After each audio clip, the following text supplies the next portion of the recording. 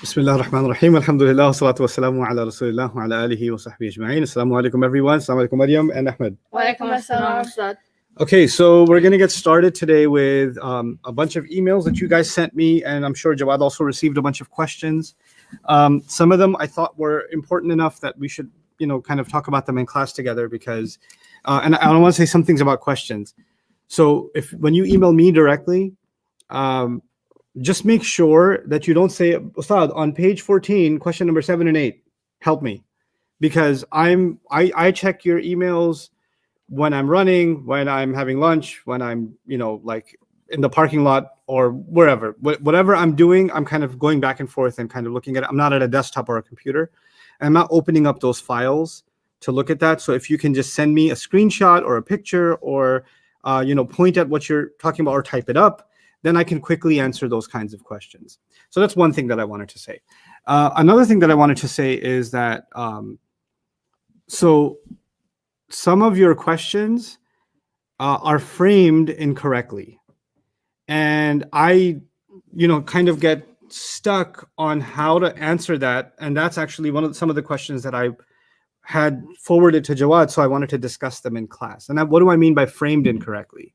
So a student wrote to me and said, we all know, well, I was thinking about Assalamu alaikum, and I was thinking, well, clearly Assalam is the mudaf and alaikum is the mudaf ilayh, but the translation doesn't say of.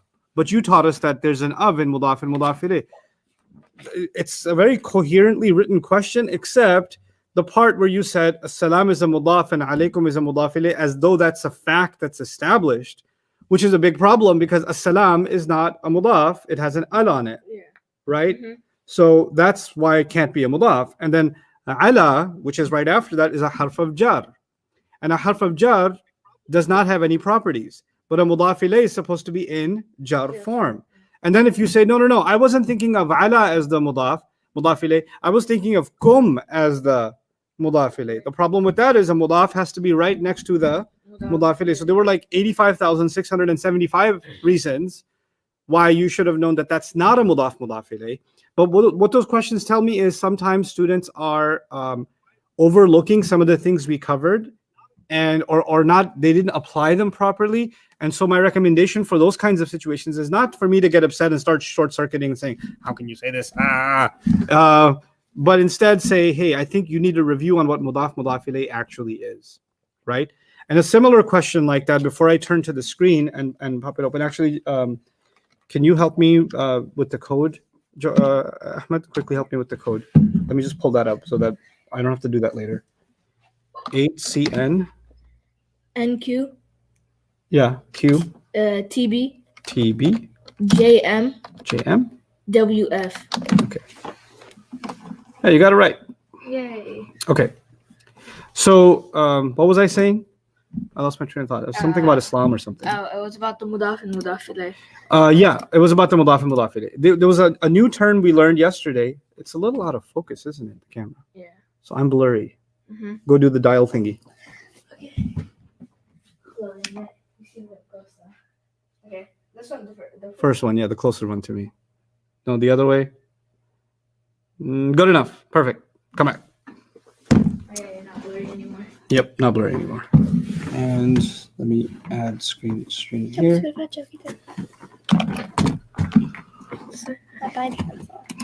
All right. So some of you asked questions about Ismul Ishara and Musharun Ilayh, and I want to talk about that even before I have Jawad read the question. I want to pull that up and show it to you. If I can get my Word open. I was still thinking about opening it. Okay.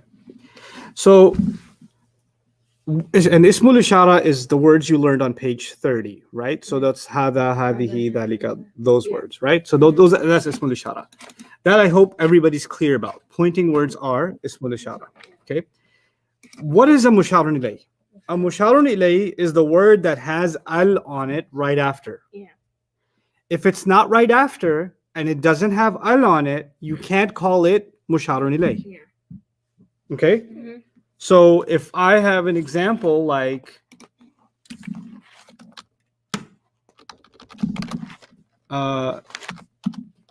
هذا قرآن or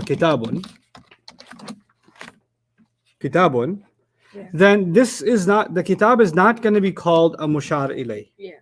because it doesn't have Al. al on it. Yeah. So somebody wrote and said, well, you said that the mushar ilay is supposed, because they said in, like they saw something like inna hadha or inna fi or inna hadha kitabun, right? Yeah. You said, well, inna makes the next word nasab. Everybody knows that, right? Yeah. So hadha became nasab. So, but it didn't. But it should watch to match with the next word. No, it's not supposed to match with the next word. It's supposed to match with the musharun ilay. Yeah. But kitabun is not musharun ilay, so it's not going to match with it. Yeah. If this was a musharun ilay, hey, malware, I can download. No, if I could make this a musharun ilay, like al kitab, Yeah. then I would say inna hadha al kitaba. Now I would match it. Okay. Yeah. Because of هذا الكتاب. Because if it's not a musharun ilay, there's no reason to match it. And you will find in the Quran when it's not a musharun ilay, you're not matching it. And what happens when you don't match it, or when you don't have a musharun ilay, you put an is in between. Yeah. Right? Now here's the important thing. How many fragments did you learn about? 5. 5. What are they off the top of your head? One is no al. No. Mudaf. What- Mudaf. Mudaf and mudaf ilayh. Yeah. Good, Maryam. What was another one? حرف حرف الجر. الجر and Uh-huh. حرف النصب. Okay, that's 3. Then the it would be adjective. No. موصوف and صفة. Thank you. Sifa. And then hold on. Ismul ishara and اسمه الإشارة اسمه musharun ilayh. You hate that word. You'll get it. Ismul ishara and مشار إليه. one more time. 5 fragments. What are they? مضاف مضاف إليه. Yeah. حرف الجر. حرف النصب. موصوف صفة and صفة. and then مشار Ismul ishara. اسم الإشارة مشار إليه. One more time. مضاف مضاف إليه. حرف الجر. حرف النصب. موصوف صفة and then مشار اسم الإشارة and then مشار إليه. Yep. Ismul ishara musharun ilayh. What does ismul ishara and musharun ilayh mean? Pointing word and the al word. That's what ismul ishara, pointing word. Hadha, hadani, haula'i, hadihi, hatani. Why am I doing this alone? Hadha, hadani, haula'i, hadihi, hatani, haula'i, dhalika, dhanika, ulaika, tilka, tanika, ulaika. You're right, it stays 7. I didn't change it. Let me fix it. Technical difficulties, so I started late, so I didn't get to change the day 6 to day 7. And you should be happy it's day 7, right? So I can't take your happiness away. Let's do that real quick. Also, Ustad, the example from the email was inna hadha aduwwun laka. Okay, good. Thanks. I wasn't remembering what the exact example was. Let's do that. Let me put that on the screen. It says day 7. I don't know what you're talking about. Yeah. Okay. Inna hadha aduwwun laka. The question is, Ustad, how come aduwwun is rafa'? It was supposed to be nasab because hadha, you said yesterday that it matches with whatever it's pointing at, the musharun ilayh. Yeah. The problem with that question is this isn't a musharun ilayh. Yeah, it is. Why isn't it a musharun No, ilayh? al. No al. That's why it's not matching. That's where the gap in your understanding was. Okay. Let's take another question. There's another question on the same example.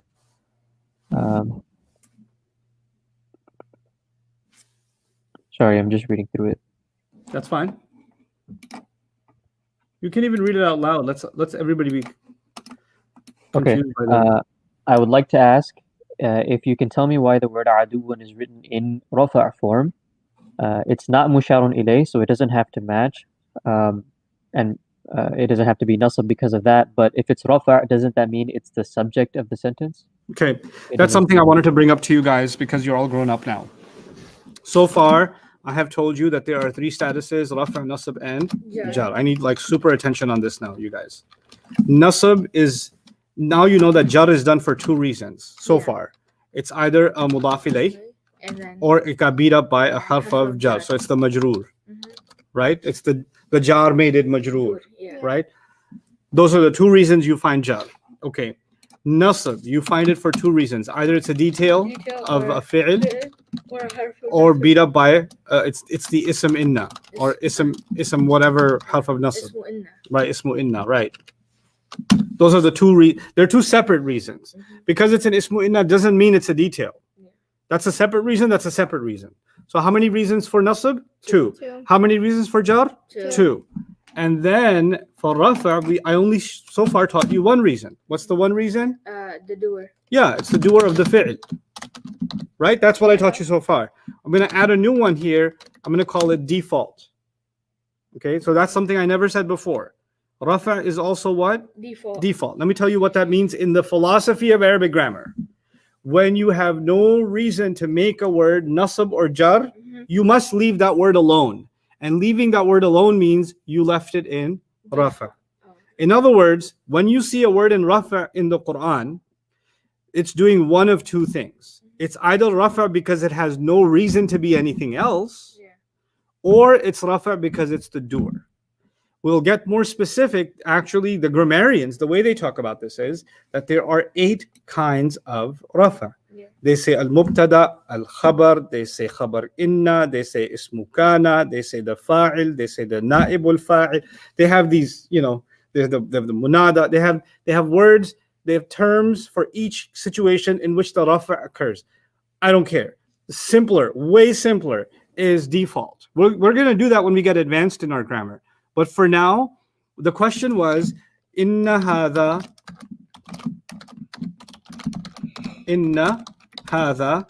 aduwwun laka. That's the ayah. And the student asked, well, I know that in hadha became nasab because of inna. But why is aduwwun rafa? Does that mean it's a doer? No, this time it doesn't mean it's a doer. It actually means it has no reason to be anything else. There's no force acting on it to make it nasab, and there's no force making it jar. So it has only one option, which is to stay normal, which is rafa.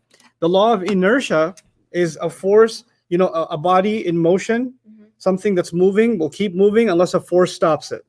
Right? So friction or gravity or resistance will stop a ball from rolling, right? So a force had to put it to a stop. If there was no force stopping it, it would keep on rolling forever, right? And a body that's sitting still in physics, if this is sitting still, it will not move until a force moves it. And ism will stay rafa until a grammatical force moves it to nasab or jar. This is grammar physics. Okay? So the physics is rafa is actually the default, the starting point of the ism, and then you have to have a reason. Now, when you say alhamdulillah, right? The word Allah is jar for what reason? Because it's default. No, the word Allah is jar. Jar. Oh yeah, because of jar has to have a reason. Yeah, because it's mudaf and mudaf ilayh. No, astaghfirullah. Inna lillahi wa inna ilayhi raji'un. What kind of word is li, Maryam? Li. Ba, ta, kaf, lam, it's a harf of jar. Yeah, a harf of jar makes the next word. This is jar majroor. Oh yeah. That's why the word Allah is jar. Yeah. But the word, if somebody says, why is alhamdu rafa? I say, because it has no reason to be nasab and it has no reason to be jar. But the khatib sometimes, before he puts you to sleep, says, Innal hamdalillah nahmaduh wa nasta'inuh wa nastaghfiruh. You ever heard those khutbahs like that? Yeah. Man, those imams are like so nice before Jummah. Yeah. They're like, Assalamu alaikum, how are you? Alhamdulillah, how's your family? Alhamdulillah. And then they put the mic on, they're like, Inna alhamdulillah, nahmaduh, wa nasta'inuh. And I was like, you were so nice a second ago. Yeah. And then when the salah is over, they're like, Alhamdulillah, how are you? You know what I'm saying?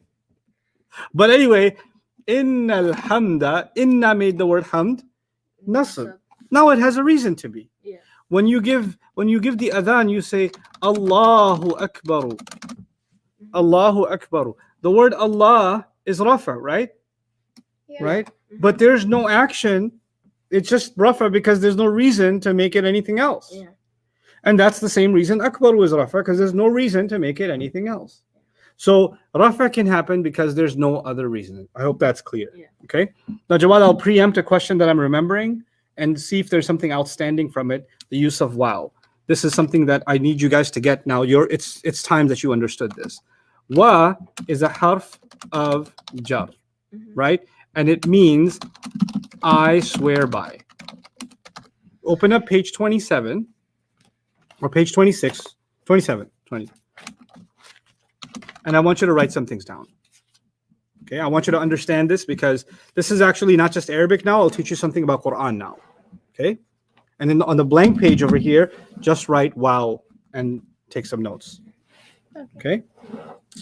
So you can write wow like this, or you can just write it like that. Okay? And what does it mean? I swear by. In Old English, people used to say, by the sun and the moon. But what they mean is what? I swear by the sun. I swear by the moon. Okay? Now, that means that wow is used, number one, or you can just write it without numbers. It is used for an oath or to swear. And what effect does it have on the next word? Because it's a harf of jar? Makes the next word jar. It makes the next. So you say wallahi. Mm-hmm. You hear people say wallahi? Yeah. Yeah. Wa, and then they make the next word Allah jar, and they say wallahi, right? Now the reason they say that is they're saying I swear by Allah. So the wa part means I swear by, and then the whatever you added after that becomes the majroor. So wallahi, I swear by Allah. Allah. You get it? Yeah. Okay.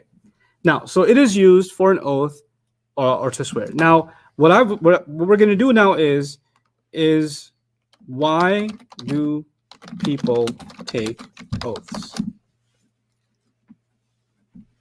And I didn't say why do people swear, because you might think swear here means use bad words. I don't mean use bad words. Yeah. I mean, why do they take an oath? Why do they say I swear by this or I swear by that? Right? So let's write down some reasons why do people swear or take an oath. To prove their innocence.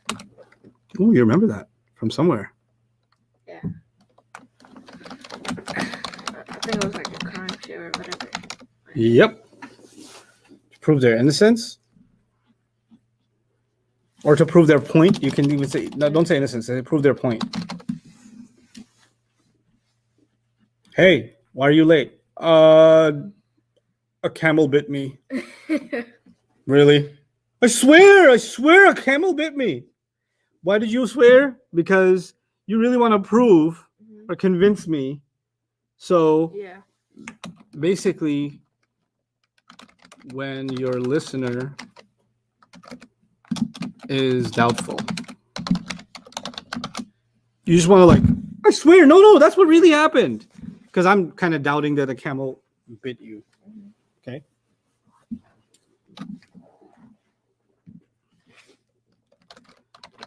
We use it to give testimony. So when you go to court, You gotta swear or something. you got to swear. You got to, they, in America, they put your hand on the Bible, or if you're from a different religion, you can't put your hand on the Quran and say, I swear to tell the truth, the whole truth, most of the truth, sometimes the truth, so help me God. Right? Well, I've never done that, but No, but you've never seen a movie like that? I swear to Yeah. tell you have? Astaghfirullah. I I just don't got you to watch confess his sin. Okay, so testimony is another reason people take an oath, Yeah. right? And it's kind of like the same first one. You're basically guaranteeing to the listeners that you're not going to lie, right? So that's another reason. Third reason is anger. Oh yeah. Mariam is jumping on your back. You say, you better stop. You better stop. And then you say, I swear, you better stop. Yeah. Wallahi, you better stop. So you could say, I swear. Now you're using it as a threat. Yeah. You're speaking out of anger, right? Yeah.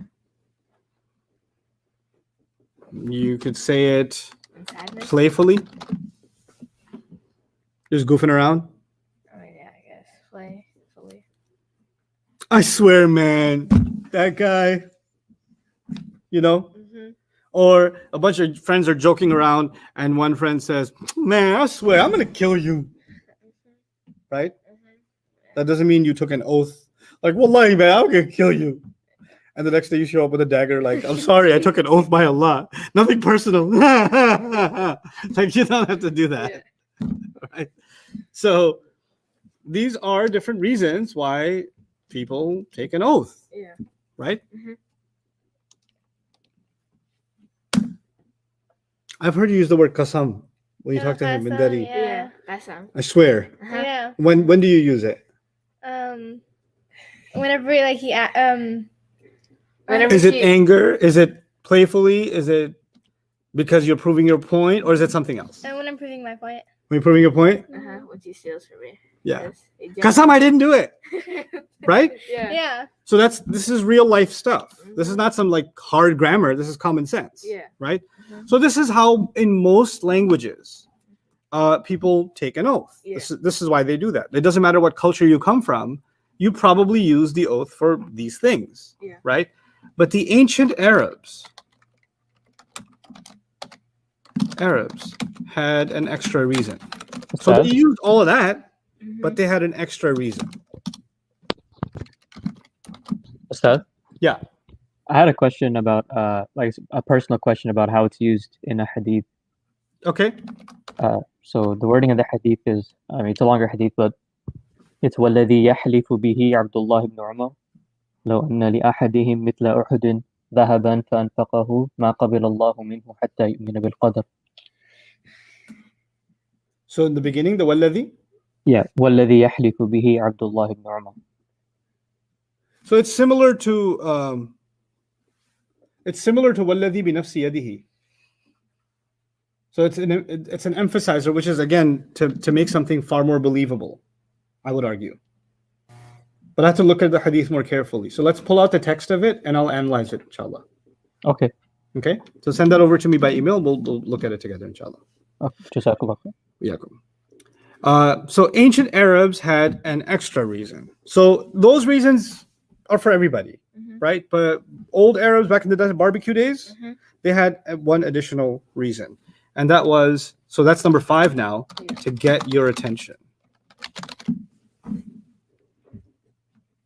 Now let me tell you what that means. To understand, to get your attention, you have to understand that there's two, I don't want to give you the Arabic yet, so I'll give you the English. Alright. There's the object of the oath and there's the subject of the oath. You have to understand these two first. Okay? So let's understand these two, the object of the oath and the subject of the oath.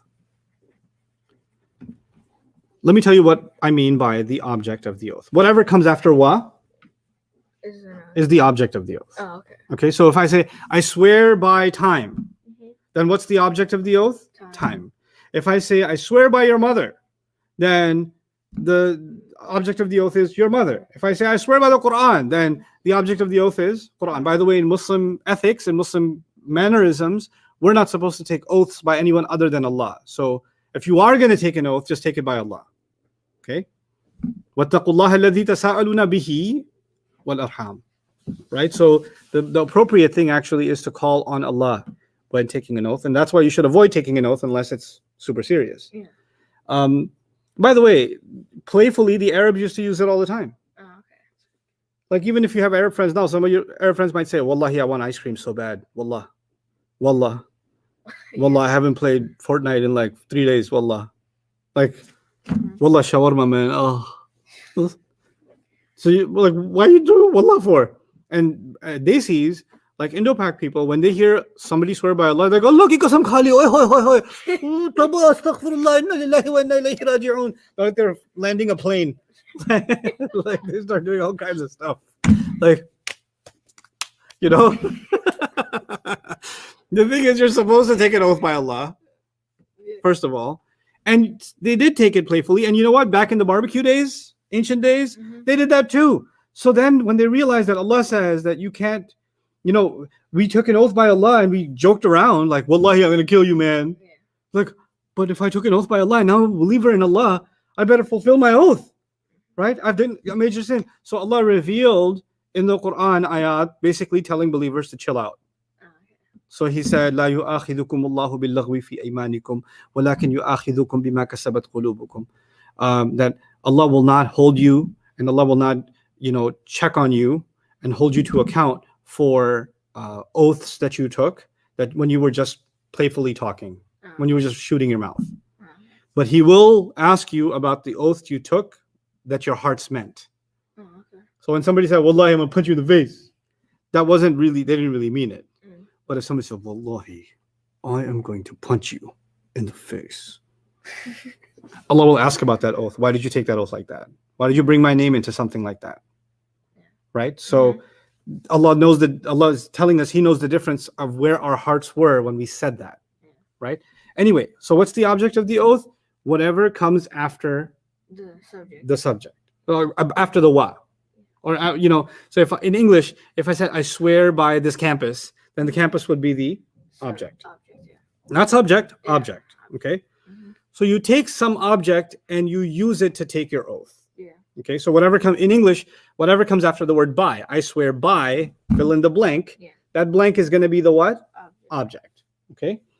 Now, if I came to you and I said, I swear by Allah,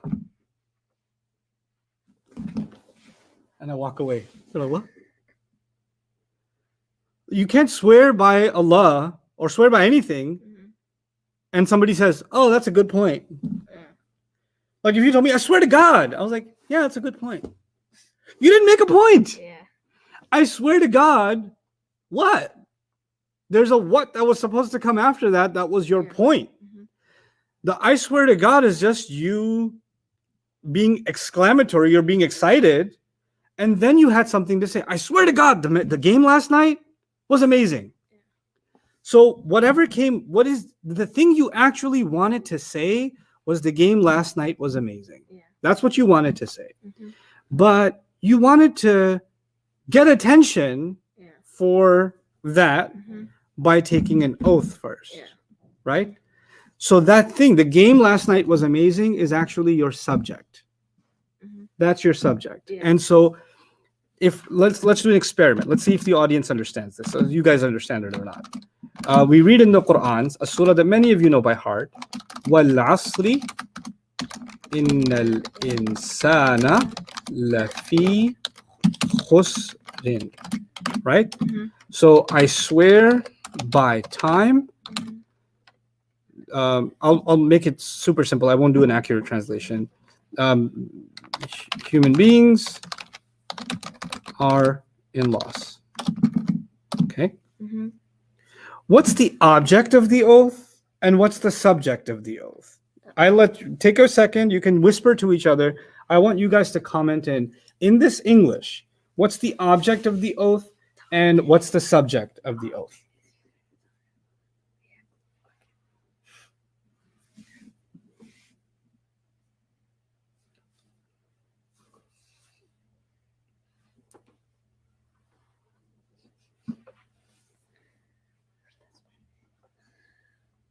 Good. Time is object. Everybody's okay with time is object? Yeah.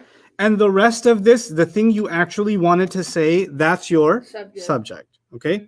Now, the ancient Arabs did something. They said, it's not just, I swear. They wanted to use an object Mhm. to get everybody's attention Mhm. so they can talk about the subject. Subject. Yeah. Okay. So let me give you an example. In ancient Arabia, if they knew that enemy forces are coming to attack our village, Yeah. the guy would go up on the mountain, and the enemy forces will be here by tomorrow morning. Mhm. The guy would go on top of the mountain, and he would say, "Wa sabaha," which is another kind of oath. I swear by tomorrow morning. I swear by tomorrow morning. Mhm. And the reason he's saying that is like a ding, ding, ding, ding, ding, ding, ding, ding, ding, Oh, like an alarm bell, Yeah. right? Mhm. And everybody shows up because when he swore by tomorrow morning, everybody's thinking, oh, something's going down tomorrow morning. We better find out, right? Mhm. And then when they get there, he says the army is coming. Yeah. So he used the object tomorrow morning to get everybody's what? Attention. Attention. right? Mhm. So the object of the oath can be used to get the attention of an audience, Yeah. right? And why do you want their attention? Because maybe the subject that you wanted to talk about, they're not paying enough attention to it. Mhm.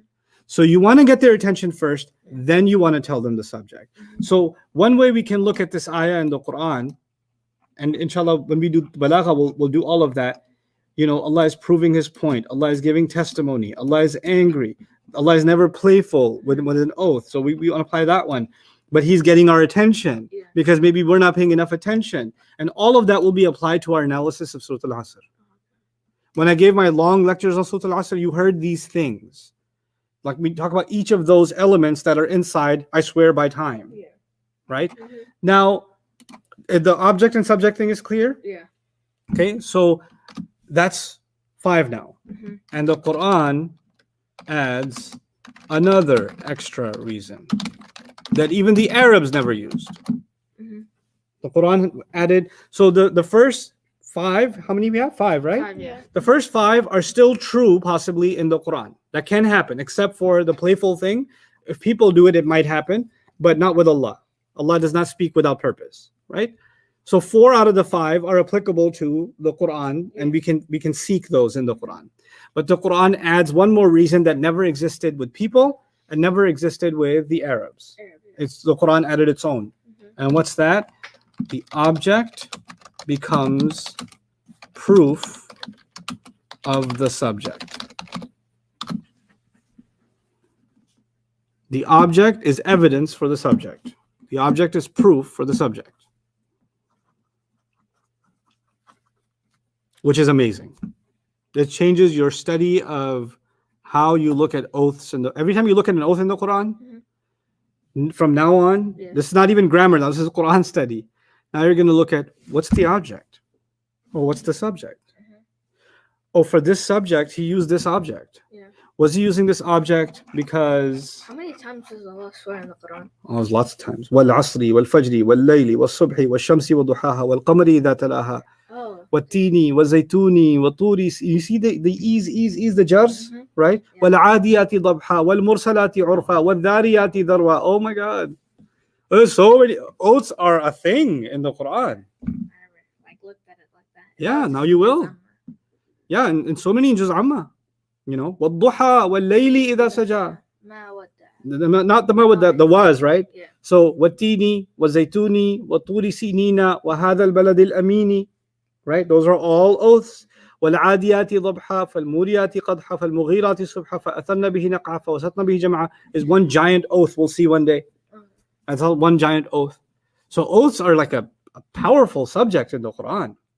And that's all coming from Bata Kaf Lam. Wow. That wow is absolutely a wow. Right?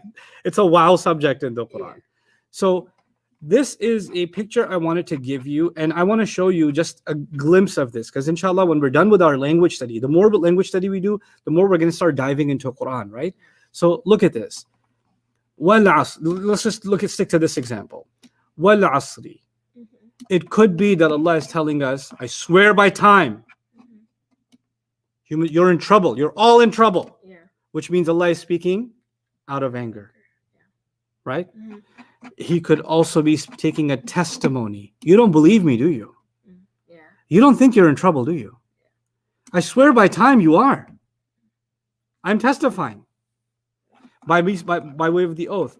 It could be that to prove the point, meaning when your readers are doubtful, which is similar to testimony, Yeah. they go hand in hand, meaning people don't believe they're in loss. Yeah. And Allah says, I'm swearing by time that they are.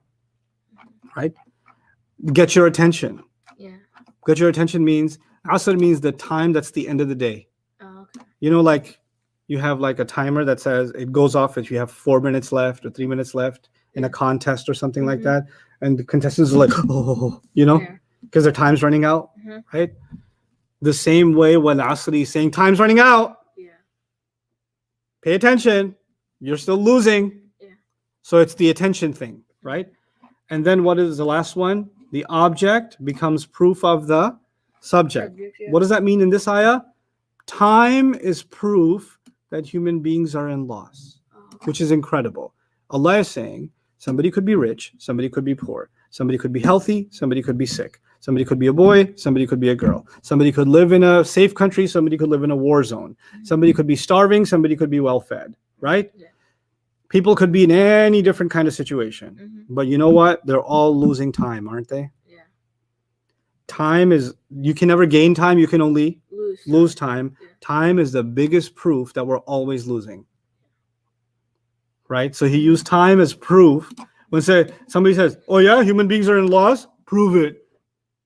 Well, the biggest proof of it is what? Time. So he used the object as proof for the subject, Wow. right? Mm-hmm. That's actually like a very, very good example. Yeah, it's pretty incredible, Mhm. right? Other examples of oaths in the Quran blow your mind. Like they just blow your I mind. thought you were gonna say balagha. Yeah, balagha your mind. You know, Yeah. it's just a really fascinating subject. Now let's go back. So you guys have taken these notes. You've written Yeah. something down about wa, right? Let's tell you something more about wa. Wa, so far I said means I swear by, Mhm. right? We Yeah. wrote a bunch of things about it. There's another wa in Arabic. And by the way, this I swear by wa is a harf of what? Jar. Which means the next word better be Jar. jar, right? There's another wa in the Quran. And this guy just means and. Okay. And it's a harf of nothing. Nothing. It doesn't make something rafa, it doesn't make something nasab, it doesn't make something. Jar. Yeah. It has no effect on the next word. Mm-hmm. And I want you to understand the difference between these two. Yeah. When you're reading Quran Mm-hmm. and you read Wallahu ala kulli shay'in qadir, Mm-hmm. this is in the Quran. Yeah. You see a wa in the beginning? Mm-hmm. Astaghfirullah, inna lillahi wa inna ilayhi raji'un. If some student says this wa is a harf of jar, ustad. If it's a harf of jar, what should happen to the word Allah? Should jarify. But it's not. Yeah. Which means I cannot translate this one, I swear by. Oh, okay. This must be the other wa, which is what? And And Allah, so on, so on, so forth. okay. So does it have to have like a haraka at the top? Yeah, it does. You're right. I didn't put the harakat here, but here. Yep. So they look exactly the same. Mm-hmm. But the grammar student knows the difference because one of them jarafalized and the Yeah. other one Didn't. didn't. Right? Oh, okay. Now, So I- in order for it to be I swear by, it has to make the other word jar. that's right. I am the father of Husna, Waliya, Huda, Imad, Iman, Walid, Iman, and Khalid. Okay, that's their names. Yeah. Now, is it true that I'm the father of Husna? Yeah. Yeah. Is it also true that I'm the father of Waliya? Mm-hmm. Yeah. Is it also true that I'm father of Huda Mm-hmm. Mm-hmm. and of Imad Yeah. and of Walid Mm-hmm. and of Iman and of Khalid? Mm-hmm. Yeah. So I could say this another way. I am the father of Husna, the father of Waliya, the father of Huda, the father of Imad, the father of Walid, the father of Iman, the father of and the father of Khalid. I could say that, right? Mm-hmm. Now, if I said it like this long paragraph, Mm-hmm. father mudaf, Husna mudaf ilayh. Father mudaf, Waliya mudaf ilayh. Father mudaf, Huda mudaf ilayh. Father mudaf, Iman, before the of, after the of, before the of, after the of, right? Yeah. Then father mudaf, Walid mudaf ilayh. Yeah. Father mudaf, Iman mudaf ilayh. Father mudaf, Khalid mudaf ilayh. That makes sense? Mm-hmm. Okay. But I could have saved myself a lot of time and just said father once Yeah.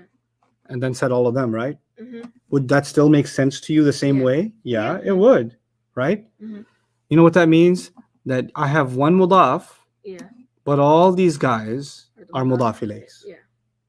But you said nothing should come between a mudaf and a Mudaf ilayh. mudaf ilayh unless, which is something I didn't tell you before, unless they're chained to each other. Oh, okay. Are these kids chained to each other? Mhm. Yeah, they're all stuck to me, right? Mhm. So you know what the Arabs do? Watch this. Allah is the master of the skies and the earth. You can say the master of the skies and the master of the earth. Which is easier to say? Which one is easier to say? Master of the skies and the earth, or master of the skies and master of the earth? The first one. First one's easier to say. Okay, so what happens in Arabic is Rabbu as-samawati wal-ardi. Now notice, master of the skies and the earth. Yeah. In other words, the and lets me add another mudaf ilayh. Oh, okay. And is like a chain link. Mhm. Okay? One nasi and people. Yeah. So wal jinni and the jinn. Mhm. Wal malaikati. Right? Mhm. They're all just add-ons to the same mudaf ilayh. Is the master. Basically, I'm saying Rabbus samawati, wa Rabbul ardi, wa Rabbul nasi, wa Rabbul jinni, wa Rabbul malaikati. But I didn't have to keep saying Rabbu, Rabbu, Rabbu, Rabbu. I can just say wa, wa, wa, wa, wa, and the effect continues. So what does and do? And can be used to continue the effect. Yeah. Okay? Mhm. Now look at this. What does inna do? And that. And that makes the word Nasab. Nasab. Inna Allaha Mhm. wa rasula wa rasula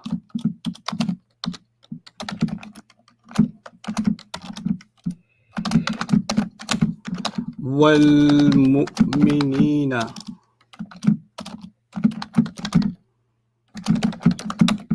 wal malaikata. Mhm. Yeah. The word Allah is nasab. Yeah. And And. because of and, whatever this was, its effect is carried over. Rasul became nasab. Yeah. And whatever Rasul was nasab status, right? Yeah. Al-Mu'minina became nasab. And because of this same inna is now making al-Malaikata nasab. Yeah. Why? Because and can chain the effect. It carries on and on and on and on with and. Yeah. And we'll see that inshallah in action. I'll explain that to you over and over until that becomes second nature. But Ustad, how am I going to know when a wa means and when a wa means I swear by? Hold on. Don't jump in the ocean. Let me walk you there. Okay. And you'll be fine. Okay? The oaths are very, very clear, and you can always tell them apart from when it's not an oath. Questions? Yeah, exactly what you just explained. That's Yep. pretty much what we're getting right now. Yeah, you're gonna have to wait for me to help you see that, inshallah. Okay? But you just need to know there's two of them. There's the wow, that's a harf of jar. Yeah. That always means I swear by. Yeah. And the wow that's not a harf of jar, that's just a neutral wow. Hey, whatever y'all were doing before, just keep on doing it, okay? Yeah. That neutral hangout wow means what? And. And. Yeah. Okay? That means and.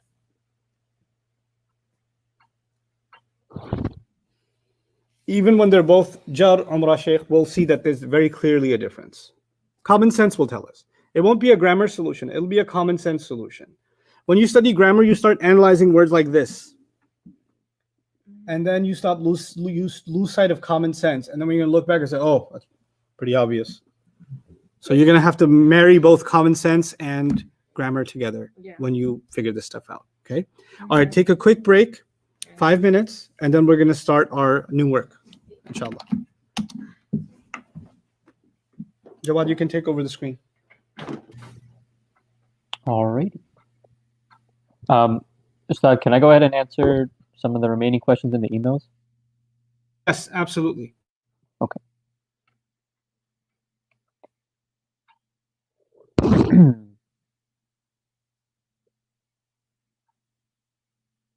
Hold on, I saw somebody's comment that I wanted to mention very quickly. Okay, I think it scrolled too far. Somebody named Hina was asking whether I'm looking at Facebook or YouTube. I'm looking at everything. And I actually did answer your question already. I'm not sure if you saw my answer. I answered it on Facebook, but you asked about wadduha and how come it's not jar. It is jar, but the word duha is non-flexible, so it doesn't show its jar. Here. وَالضُّحَى. وَالضُّحَى. This alif maqsoor at the end makes it non-flexible, so it's not going to show its jar, but it is jar. Okay. I'm going to be going over mostly email questions for this break, inshallah, because we do have a couple of those. Somebody asked about the ayah.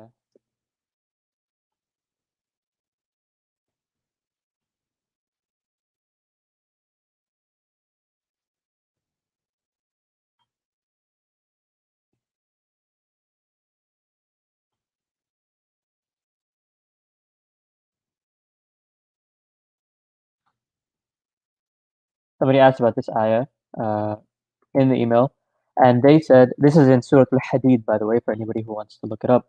And they asked, how come Jannatin here is jar? And they're asking, did ila make Jannatin jar? And if it did, then how come? If maghfirah is already the victim of ila. So this is what we just talked about. This wow here is connecting Jannatin to maghfiratin. So maghfiratin is the victim of ila. And then min rabbikum comes in between. And then there's another victim to ila that's connected by wow. So this wow that we just covered, that connects things together, it can also connect things over a long distance.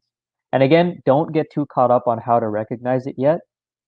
We'll talk about recognition in detail, inshallah. We will talk about recognition in detail, and that's something that you'll get to the point where you can understand it very easily. Don't get too caught up on it yet right now. Just try to focus on understanding the concepts, and we'll work on recognition. So I hope that's clear. This jannatin, it's jar because it's connected to maghfiratin by this wow.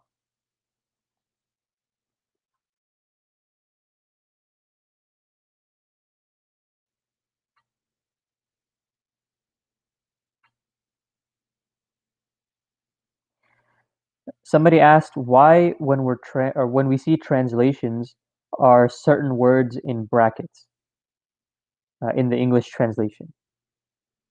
The reason for that is because when it comes to Arabic, there's a lot of stuff. Arabic is a very robust language, right? You can say a lot in Arabic without many words. But in English, in order to fully encompass the meaning of what's being said in Arabic, you need to add things that aren't exactly in the Arabic, right? So if you're trying to translate word for word, you won't get the actual full meaning of what the Arabic is saying. So these extra words are added in the brackets to try to get back some of that lost meaning. And even then, the full meaning still, it's very hard to bring the full meaning every time, even when you're adding these words in the brackets. But that's what they're for. I hope that was clear.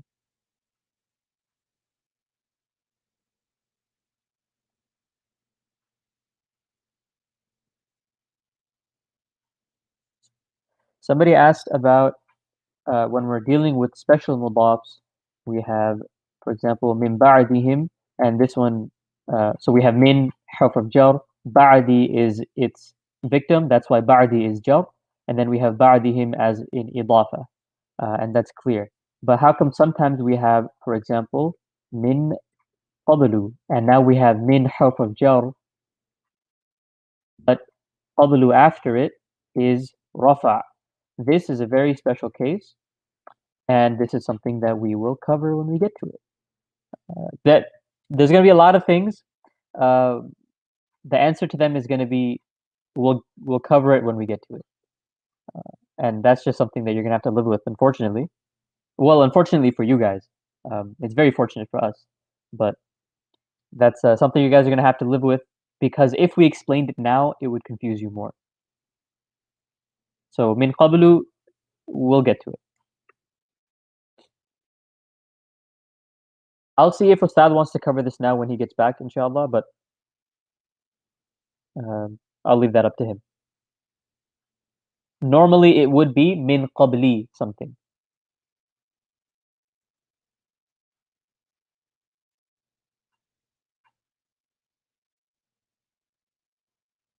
Okay, so here's another question. Oh, also, before I get into this question, so at the top of this document, I have some links and emails for you all to take note of. If you have any Arabic questions, this is the email you want to send it to, arabic@bayina.com. If you have any technical questions, you want to send it to contact@bayina.com. If you have a submission for the poster that is going to get hung up on campus, then you can send that to my email, jawad@bayina.com. And if you need the workbook and the answer key, follow this link, the study resource link, inshallah.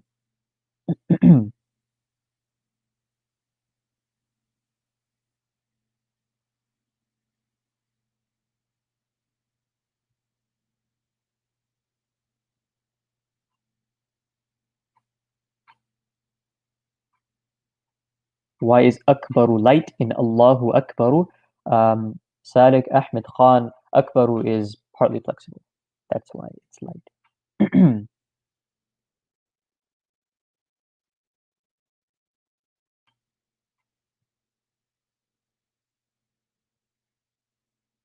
And for those of you asking about the website, there is the website is still under works. That's why there's still some things that aren't exactly fully optimized, but we are working on that. That's why we're still on social media right now, is because we're still working on that stuff.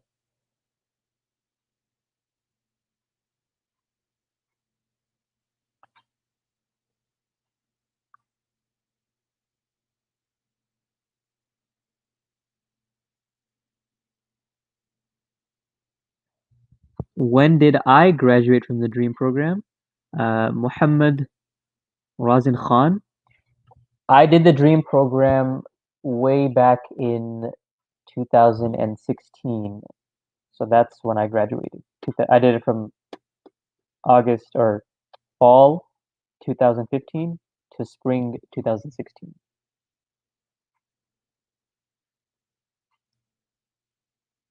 Okay, back to Arabic.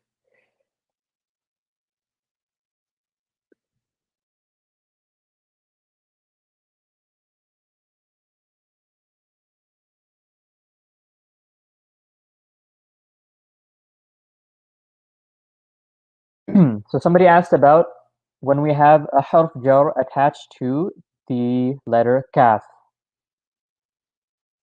How can a harf of jar be attached to another harf of jar when we said that harf of jar can only be attached to an ism? So this kaf at the end of these fragments, these are not the harf of jar kaf. These are the pronouns. Remember when we talked about attached pronouns, and we were talking about the pronoun anta, antuma, antum, anti, antuma, antunna? Those pronouns became ka, kuma, kum, ki, kuma, and kunna. So this is the pronoun ka, which means anta, you. It's not the harf of jar kaf, which can mean like or for or as. And the way we can tell the difference is that the harf of jar will always come at the beginning before the ism, and the attached pronoun will always come at the end of the word. It'll always be attached at the end. So the harf of jar kaf will be at the beginning, the pronoun kaf will be at the end.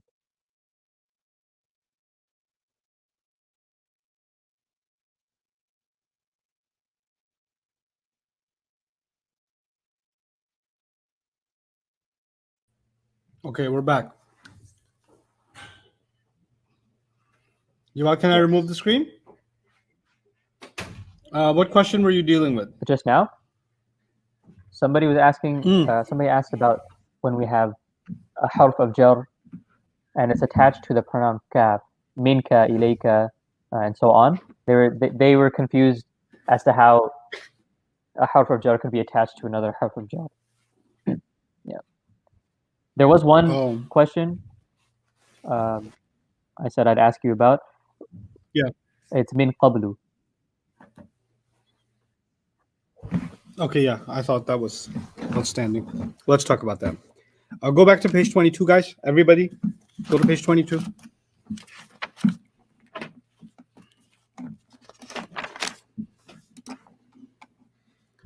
That's your special mudafs, right? Yeah. Yeah. Okay. Now, special mudafs are special for lots of reasons. And one of them is they always want to be mudaf, which means they always want a what? Mudaf ilayh. They always want a mudaf ilay. Okay?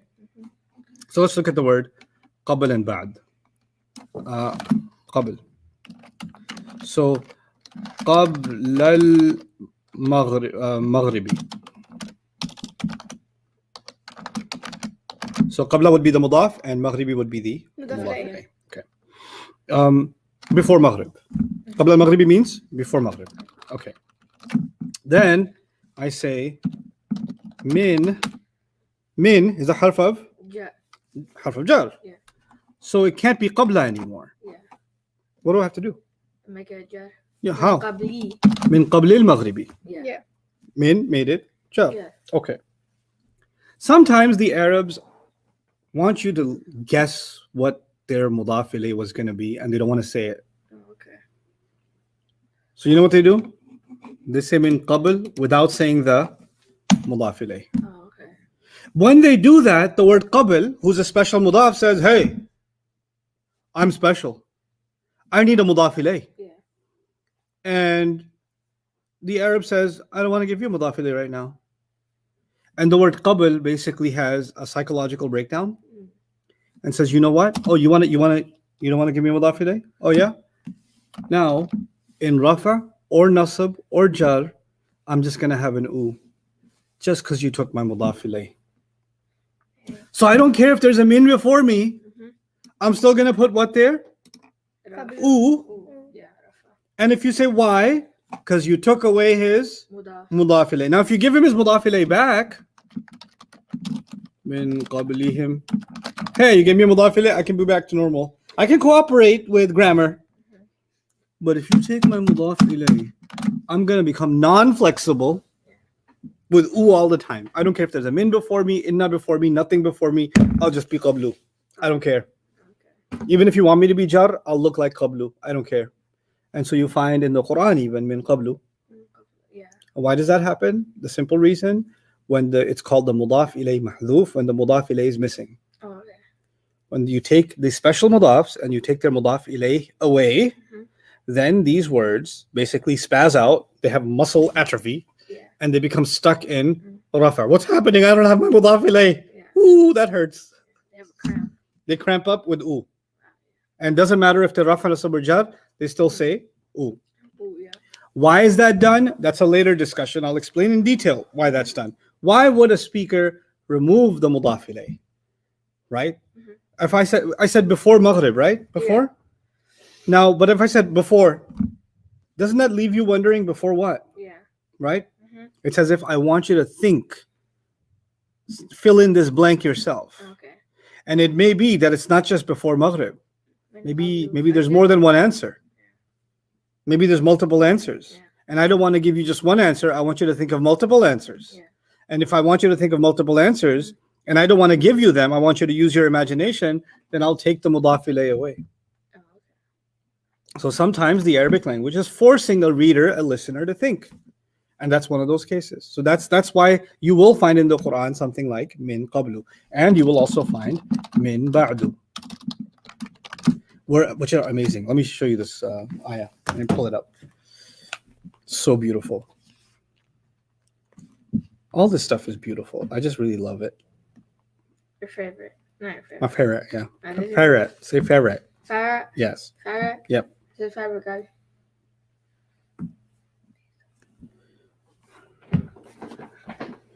من قبل ومن. Okay. لله الأمر. Allah says لله الأمر من قبل ومن بعد. Mhm. Min is a harf of jar. It's supposed to make qabl into jar, Yeah. but it's a special mudaf, and clearly there's no mudaf ilay after it. Yeah. So it became crazy and said, I don't care if you want me to be jar, I'm still going to be qablu. I'm not really rafa, I'm just acting like it. Okay. And min ba'du did the same thing. Yeah. Now this ayah is so beautiful because roughly it means Allah alone owns the decision before and after. Right? Mhm. Now think about that. Yeah. What Allah did not say is before what and after what. Right? Mhm. Before this discussion, after this discussion. Mhm. Before coming of Muhammad, after coming of Muhammad. Before this generation, after this generation. Yeah. Right?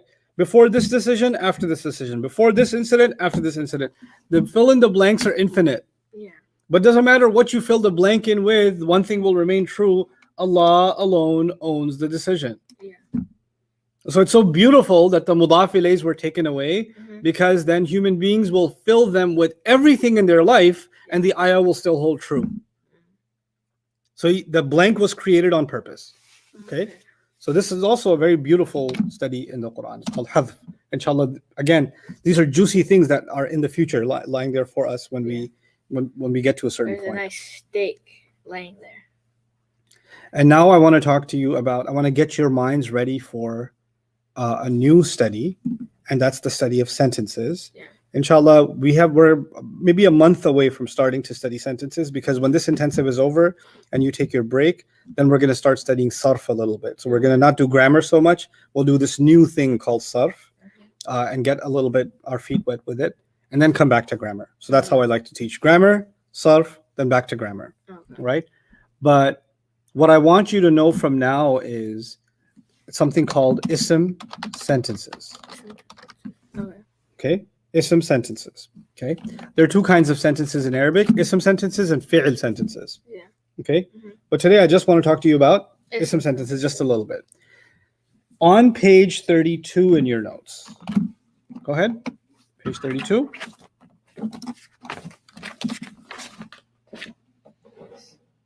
Jumla ismiya. That's right. That's the Arabic word for ism sentences. Okay. Jumla means sentence, Mhm. and ismiya means ism based, Okay. right? Ismified sentence. Yeah. Okay. And this is, in the basic sense, finding the invisible is. We had briefly discussed that in the previous intensive. I'll build on that just a little bit because I really want you to focus on fi'l now, actually. So I want to just share some things with you. Basically, in Arabic, the word is doesn't exist, Okay. right? And the moment you have is, it can't be one of the 5 fragments. The 5 fragments are less than a sentence, but the moment you have is somewhere, that's a complete sentence, Okay. right? So after you learn your 5 fragments, the next thing to kind of start getting used to is sentences. Yeah. And there's 2 kinds of sentences. I keep saying fi'l sentences and ism sentences, but we did 5 fragments using the ism, Yeah. so we're going to do ism sentences. Okay. Okay. Now, ism sentences are pretty easy to spot. Let's start with Allahu Akbar. Right? We learned 5 fragments. I'm just going to put them on the side here so we can just kind of reference them over and over again. مضاف مضاف So, mudaf mudaf ilayh, إليه. حرف الجر حرف النصب موصول صفة mawsoof, موصوف and sifa. and mawsoof and sifa. and then اسم إشارة and then I'll just Mushar say ilay. ishara. Ismul ishara, musharun ilayh. Yeah. Those are 5, right? Mhm. Now, every time I put something together, I want to know if these 2 words are mudaf mudaf ilayh, harf of jar, harf of nasab, mawsoof, sifa, ismul ishara, musharun ilayh. That's what I want to do. I'm going to run through the elimination process. This can definitely not be mudaf mudaf ilayh. مضاف إليه because of it has al. It can't be harf of jar or harf of nasab. I'll change the order a little bit. I'll put ismul ishara and musharun ilayh here because I'll show you why. The pointer thingy, right? Mhm. It can't be mudaf mudaf ilayh. Yeah. That's out. Harf of jar, there's no harf of jar here. Yeah. Harf of nasab, there's no harf of nasab here. There's no pointer here. Hada hadi, hada hadani, haulai, hadi hatani. None of that's here. Yeah. So it's none of those. So 4 gone. Maybe it's number 5, which is what? Mawsuf and Sifa. The only way to prove Mawsuf Sifa is you find 4 properties matching. Oh, okay. Okay? Yeah. 4 properties don't match because the word Allah is proper and Akbar is not. Yeah, because of the al. There's no al there, Yeah. right? And it's partly, Akbar is partly flexible. That's why it's light. But it's common. Yeah. Because it's common, the 4 properties didn't match. Yeah. Which means it's not that either. Which means it's none of these 5. Oh, okay. Right? When it's none of these 5, then this is Allah is greater. Allah is greater. Okay. Allah is. Oh yeah, because if there's no mawsuf or any of that, you just put the is. That's what I'm doing. Yeah. Okay. That's when you put the is. That clear? Yeah. Now we get 2 parts: the part before the is and the part after the is. Right? We're gonna discuss those in depth because that's when we're gonna start getting into sentence structure. That's a lot of fun to do that part. I don't want to give you that headache yet. It's actually not a headache. It's like a head rush. It's pretty cool. Because then you really start seeing sentences for what they are and what's going on in the Arabic language. It's really, really cool stuff. But for now, I want to do these exercises that are on page 30, actually 32. Let's read through it. Finding that is. The hardest one is at the bottom. 1, 2, 3, 4, 5. Number 5 says a break in the chain. So it says ar-rajul fid dar. Let me write that here. That's not an ayah of the Quran. Let me write another ayah instead. Dhalika min ayatillahi. That's an ayah of the Quran. Dhalika min ayatillahi. Okay. Now, min is a harf of jar. That means that this is the jar and this is the majroor. So we're good on that. Yeah. Ayati looks like a mudaf and the word Allahi looks like a mudaf ilay. So this would be a jar majroor and a mudaf ilay. We found it. Yeah. Okay. Now I want to see if dhalika is connected with any of these. Dhalika is never going to be a mudaf. Because there's a pointer. So that's not going to happen. Yeah. It's not a harf of jar or harf of nasab. Those are supposed to come before. Yeah. So that you can't connect it to a harf of jar that's coming after. Yeah. So that's out. It is a pointer, but does it have a musharun ilay? No. No, because the musharun ilay is supposed to be right after and it's supposed to have what on it? Al on it. Mawsuf sifa is out of the question. Yeah.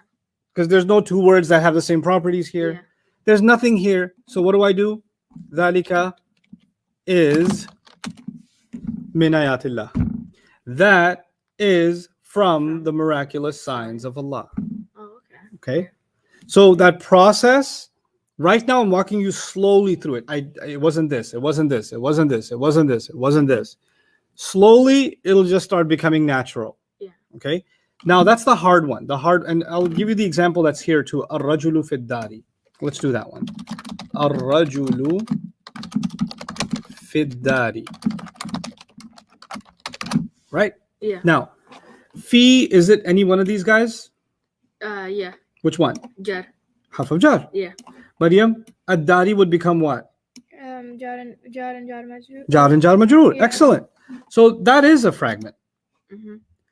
But ar-rajulu, could it be a mudaf? No. Why It not? has al. It has al. Could it be beat up by a harf of jar? No, No. because there's no harf of jar before it. Yeah. Could it be a victim of a harf of nasab? Nope. No. There's no, could it be an ismul ishara? No. Could it be a mawsuf? To be a mawsuf, you have to have something that matches 4 properties. Is there something that matches 4 properties? Mm-mm. No. So it's kind of hanging out by himself and it's not connected to fiddar. Oh, okay.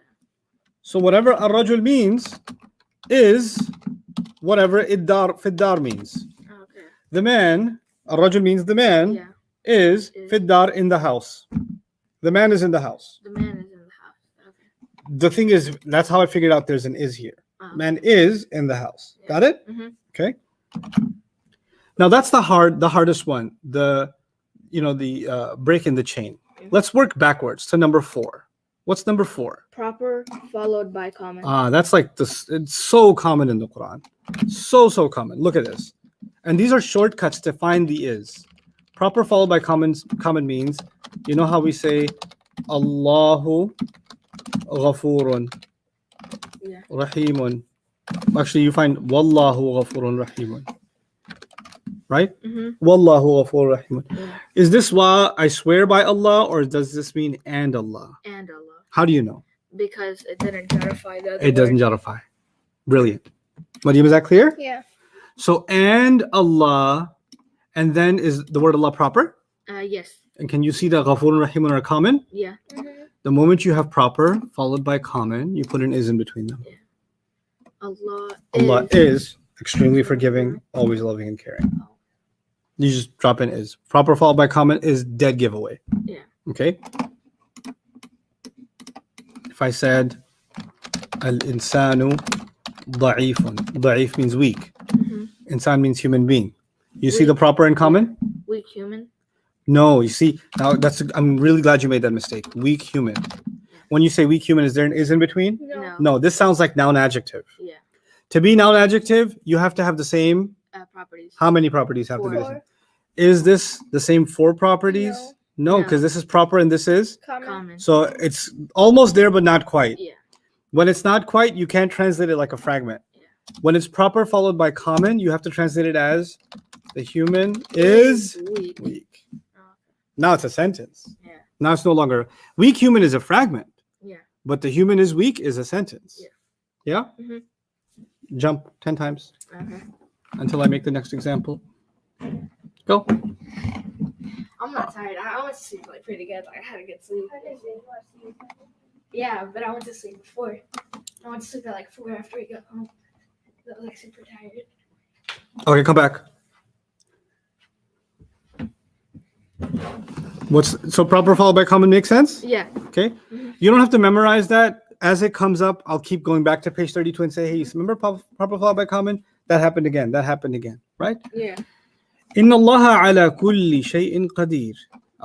It says the shortcut, a harf of nasab and its ism, like inna is ismu inna, Yeah. is usually followed by is. Yeah. So if you see, for example, inna Allah over here, right? Yeah.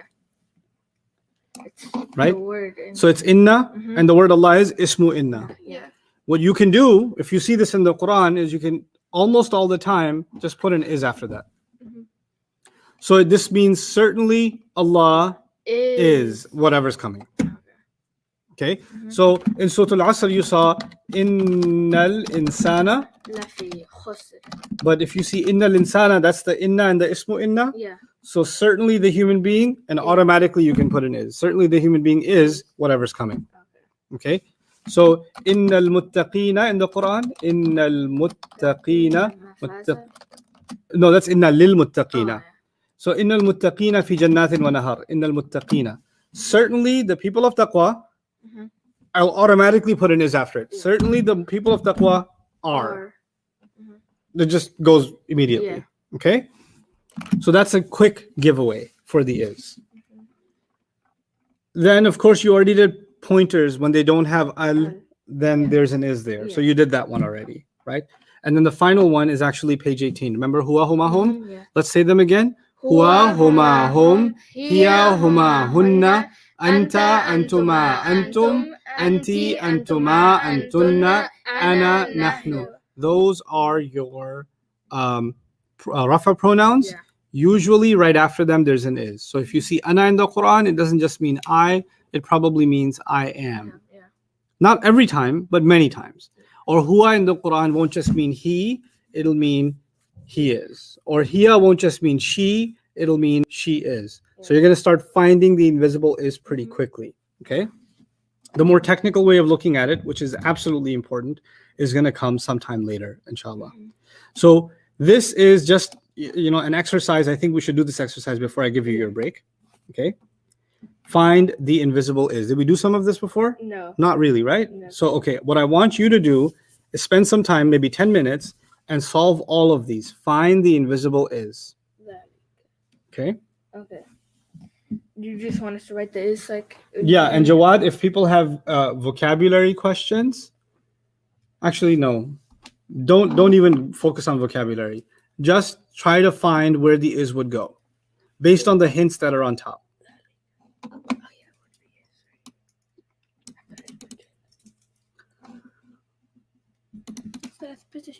Yeah. The let's number them together so we all have the same kind of numbering sequence. 1, 2, 3, 4, 5, 6, then 7, 8, 9, 10, 11, and 12.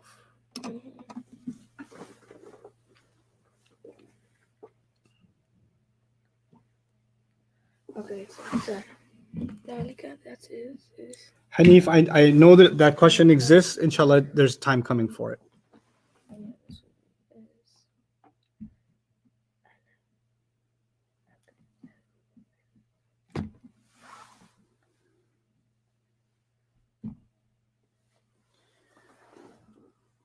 Ansa, I see your question about the harf of nasab and the victim far away. What you can do is you can put them together. But that's a more tricky situation, so we'll have to wait for that one. These are the more simpler cases of You just want us to write it inside of the word? Let me help you with the first one. So dhalika min ayatillah. Yeah. What I'm saying is the parts that are connected to each other, you can draw a line under them. Okay. So min is connected to ayati. Ayati is connected to the word Allah. By the way, ayati is wrongly spelled. Should be ta over here. Not the wrong ta. And then dhalika is not connected, right? There's no al after it. So there's no musharun ilayh. So you just draw a line here. Oh, okay. And that line means I would have put an is here. Oh, Okay. That makes sense. Yeah. So for each of them, when the things are connected, then you draw a cross, and the first line you find, draw a line there. Okay. So This is page 32, everybody.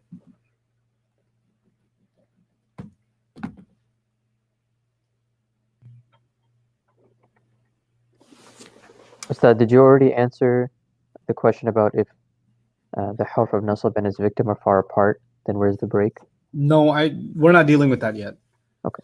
We will separately deal with that.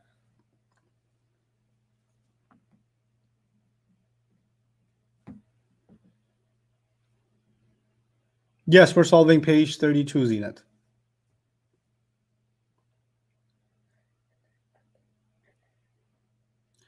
Number one, yeah, I can explain.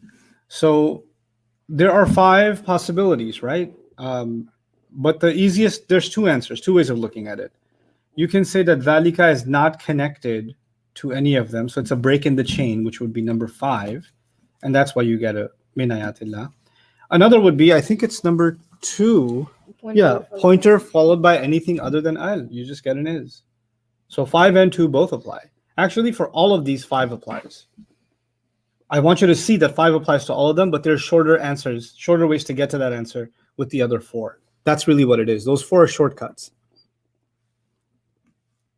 And these shortcuts are not, especially the break in the chain thing, is not from any grammar book. This is something I invented to help you at least get your feet wet with what's Jumla Ismiya eventually.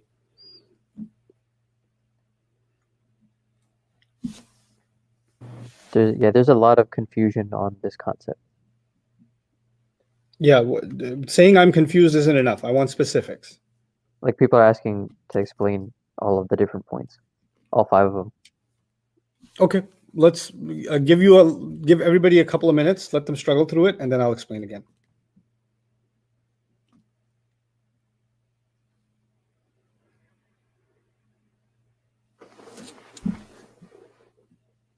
I'll actually explain each of these. So I won't even wait for your answers. I'll explain each of them, inshallah. But I want you to struggle with them for a little bit. Because once you struggle with them and then I explain them, then it's going to stick in your head. So I want you to, kind of just melt your brain cells a little bit. Hasru, it's going to be better. Relax. This is proper, so proper for the comma, not the word Allah is proper, so.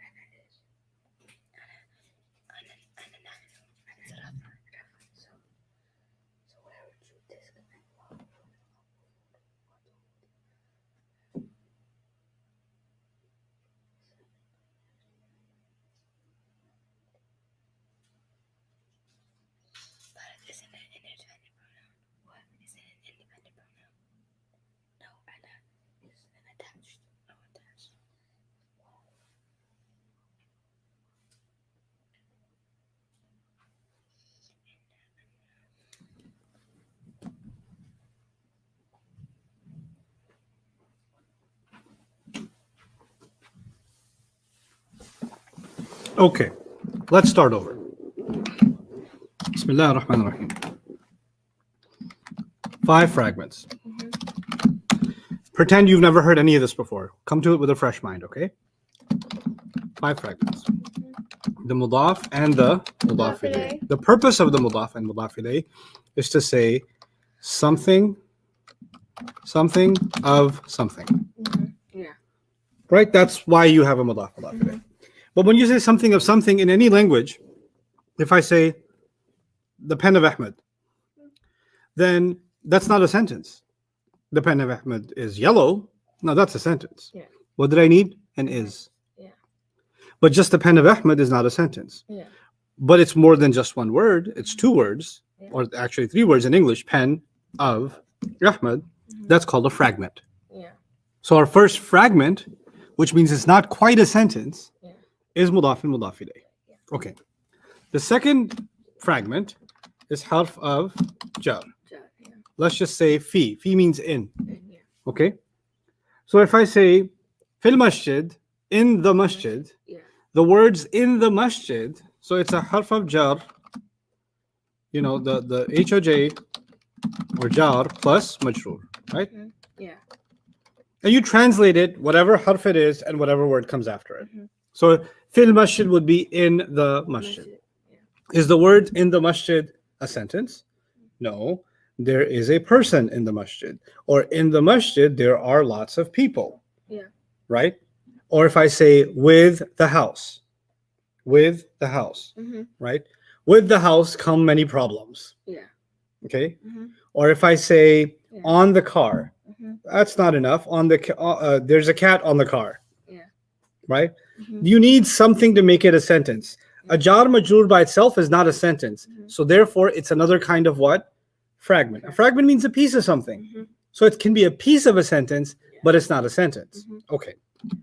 Then there's the harf of nasr, right? So it's the inna plus ismu inna, right? That's what that is. Yeah. Okay. So if I say inna Allah, certainly Allah, Yeah. certainly Allah, is that a sentence? No. No. That's, or if I say lakin al birra, however goodness, however, Yeah. or but goodness, is that a sentence? Mhm. No. If I say but goodness is what we need, Yeah. now that's a sentence. Mhm. Okay. If I say hopefully this microphone, was that a sentence? No. Hopefully this microphone won't break down, Yeah. that's a sentence. Mhm. Which means the harf of nasb and the ism Yeah. are just those two together. Like la'alla means hopefully, Yeah. right? So when you say hopefully microphone, then you didn't make a sentence. You only made a fragment. Okay. So another way of thinking about fragment is you don't have an is yet. Yeah. You have 2 words together, but you don't have an is yet, Yeah. right? The ismul ishara and musharun ilay, the I and the mi are something like this something, this car, this house, this, you know, this masjid, Yeah. this class. If I say this class, Mhm. is that a sentence? Yeah. Really? This class Oh, is a no, sentence? that's not a sentence. This class is long. That's That's a sentence. Yeah. This class is a lot of work. that's That's a sentence. But this class by itself is not a sentence. not a sentence. It's just a what? Fragment. Fragment means more than a word, but less than a sentence. Yeah. Those are 4 different kinds of fragments. What's the 5th one? Uh, Mawsuf Mawsuf, and sifa. sifa. So, and you know what? Let me go back and write an example of each.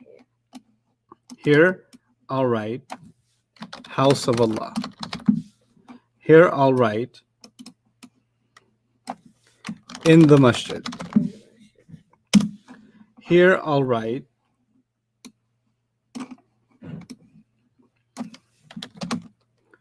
but Muslims.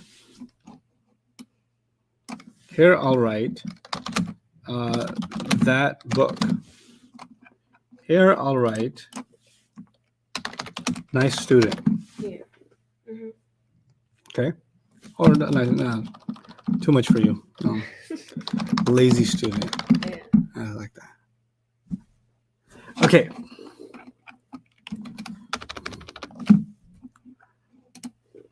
Are any of these sentences? No. No. A lazy student should work harder. Yeah. Now that's a sentence. Yeah. Okay. Mhm. So and so is a lazy student. Mhm. As a sentence. Yeah. But by itself, all of these are what? Fragment. Fragments. Is that much clear why I call them fragments? I need some yeses.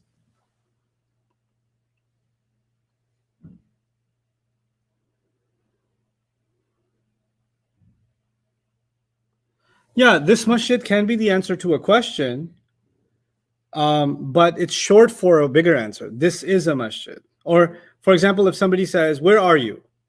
and you say, "The house of Allah." Mhm. That's short for "I am in the house of Allah," but you decided to say a part of the sentence, but everybody understood that you meant the whole thing, Yeah. right? Mhm. Or somebody says, "Where are you?" and you say, "In the masjid." Mhm. Well, actually, you're not saying in the masjid. What you're really saying is what? I am in the masjid. Yeah. What are you reading? That book. Well, yeah, the answer is that book, but what you're really saying is, I am reading that book. Sometimes we say part of a sentence, but we mean the whole thing. Yeah. I'm talking about when you don't mean the whole thing. And even if you do, that the implication is still that it was a sentence, but it's still a part of a sentence, isn't it? So you said a part of a sentence to try to represent the whole, Yeah. right? But so yeah, some of you are saying no. I'd like to be more. But how do we remember all this each time? You don't. I keep reminding you each time. That's why I'm here. Yeah, they're incomplete. Don't call them sentences. Just call them fragments. Yeah. If you really want to call it incomplete, just incomplete statements are fragments. Fragments, yeah. Okay. Now on page 32, for the first time, we are moving on from fragments and actually looking at sentences. Yeah. Complete statements. Mhm. That's what page 32 is about. Yeah. Complete statements. Now, look at the progression. First, we learned the four properties of the ism: status, number, gender, type. That was just one word. That was just one word. One word had status, number, gender, and type. Then we started taking a word and connecting it to another word in 5 different ways. Mhm.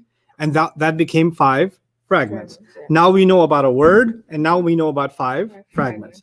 Now we got to take the next step. Because language isn't just about words, and it's not just about fragments. Now we got to know how to use these words and fragments to make sentences. That's why we move on to page 32. 32 is now, for the first time, we're looking at sentences themselves. Okay, now come back to page 32. Let's go through these shortcuts again. What it's saying is the pronoun ana, Yeah. which is on page 18. You guys memorized it as huwa, huma, hum, hiya, huma, hunna, anta, antuma, antum, anti, antuma, antunna, ana, nahnu. Huwa means he, huma both of them, hum means they, hiya means she, huma means both of them, hunna means them ladies, anta means you, antuma both of you, antum all of you, anti the feminine you, antuma both of you women, antunna you ladies, ana I, and nahnu we. This first one is saying in the Arabic language, when you see those original pronouns in different places, chances are you can already put an is or an are or an am right after them, Yeah. and you'll already automatically know it's a sentence without doing much work. Oh, okay. So in Surah Al-Ikhlas, you read, قُلْ هُوَ اللَّهُ أَحَدٌ. Yeah. Do you see a pronoun? Mhm. You see huwa, right? Yeah. So you don't have, and you know that huwa means he. Yeah. But according to this shortcut, you can actually guess it's going to mean he is. Yeah. So the translation will be he is Allah. Mhm. Huwa Ahmad, he is Ahmad. Yeah.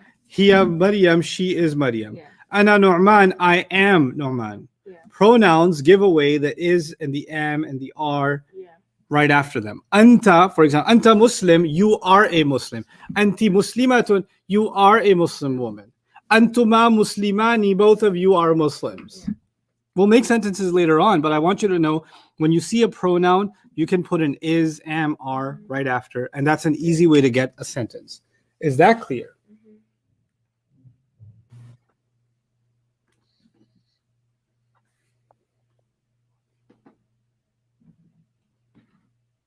I did not understand it very well with the V.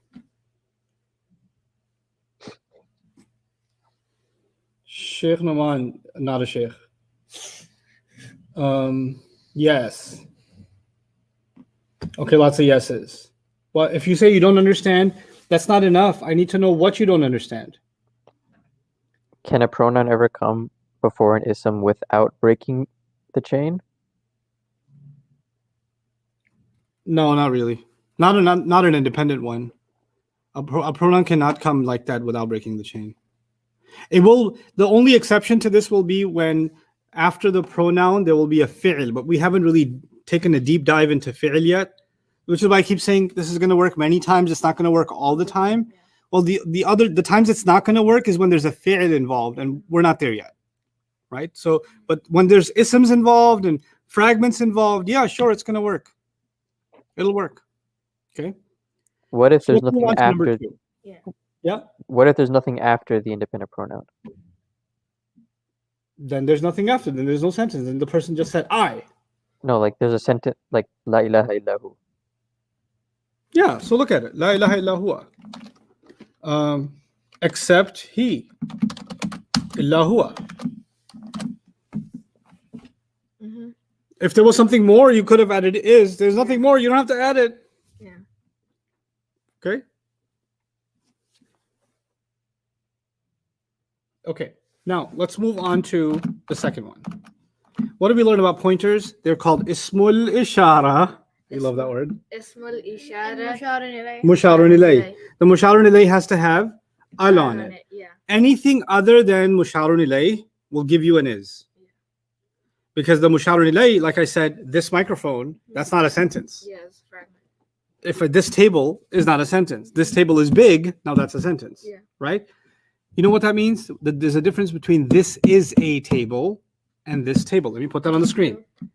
This is a table and this table. Which one of these is a sentence? This is a table. Yeah. And from you could say, well, you're still talking about a table and you still said this same thing. No, you have to become sensitive to language now. This one is a sentence. Yeah. And this one is a fragment. Yeah. And the fragment one is called ismul ishara and musharun. ilayh. Musharun ilayh. Right? So this one has to have al, this al table. This is. The al has to be here. Yeah. This one you can't have al Yeah, because of that. because you want to is there. Yeah. Okay.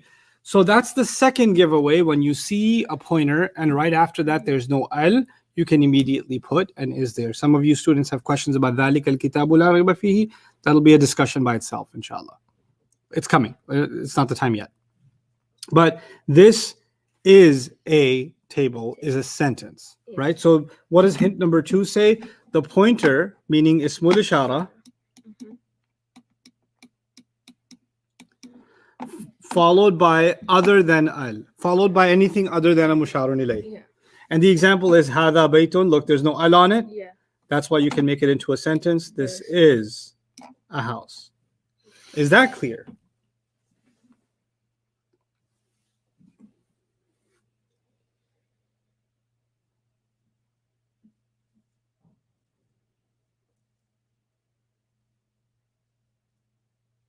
Proper and common are not connected. So what do you mean if proper and common are connected?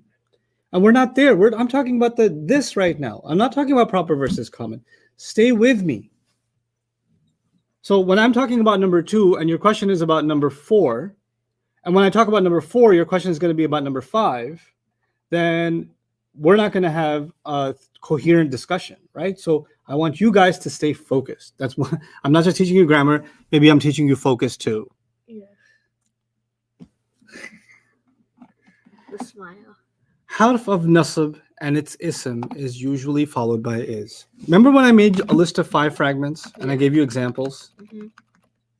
Right? Yeah. So, but Muslims, lakinna al-muslimina is a harf of nasab. But is one of them, lakinna. Yeah. We didn't do the meanings yet, but I'm telling you, right? What I'm saying is when you see that, it'll probably mean are. If you see a harf of nasab and you see its victim, like inna Allah in this example, Yeah.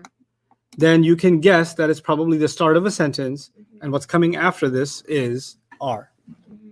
Okay? So like in Surah Al-Asr, innal insana will mean certainly the human being is. So you look at the harf of nasb, you look at its victim, then you put an is right after that. So that's simple. Okay. Another shortcut, proper followed by common. Proper followed by common. This is Allahu Akbar. Easy example is what? Allahu Akbar. Allahu Akbar. Allah, the word Allah proper, the word Akbar common. Allah is greater. Whenever you have two words together, one is proper, one is common. But Ustad, you're describing Allah. No, you're not describing Allah with an adjective. An adjective would mean that they're a fragment and all four properties match. Now, don't confuse your opinion with grammar. Grammar means four properties have to match. But in al-kutubu saghiratun, sure, I'm describing the book, but I'm not describing it with an adjective. I'm describing it with a predicate, which is different in grammar. Sorry, I gave you that word. It'll kill you. It's not a noun adjective because it's not al-al, right? Yeah. So the books are small is not mawsuf sifa. Yeah. A mawsuf sifa cannot have an are or an is. Yeah. Only sentences can have that. Proper followed by common. And then the last one is the break in the chain. Now let's go through all of these. Okay. ذَلِكَ مِنْ آيَاتِ اللَّهِ. What do you think? What happened here? Where's the... I already drew the line, but why did I draw the line here? Because- Maryam, can you think of why? Because min and ayati and Allah, they're connected. Right. So that's why I drew a line under them, Mhm. because they're all connected. But why did I draw this line right her? Because dhalika is the pointer word. You're right. Dhalika is a pointer word, but that's not enough reason to draw a line. Draw a line means that's where I want the is to be. Why do I want the is to be here? I want the is to be here because nothing is connecting these two. Yeah. Okay. The is The only way to connect, you're right, would have been an al right after. Yeah. A musharun ilay. There isn't, so that's going to be an is right here. That is from the signs of Allah. Okay, write that down. That is, and the is comes from here, right? From min, the signs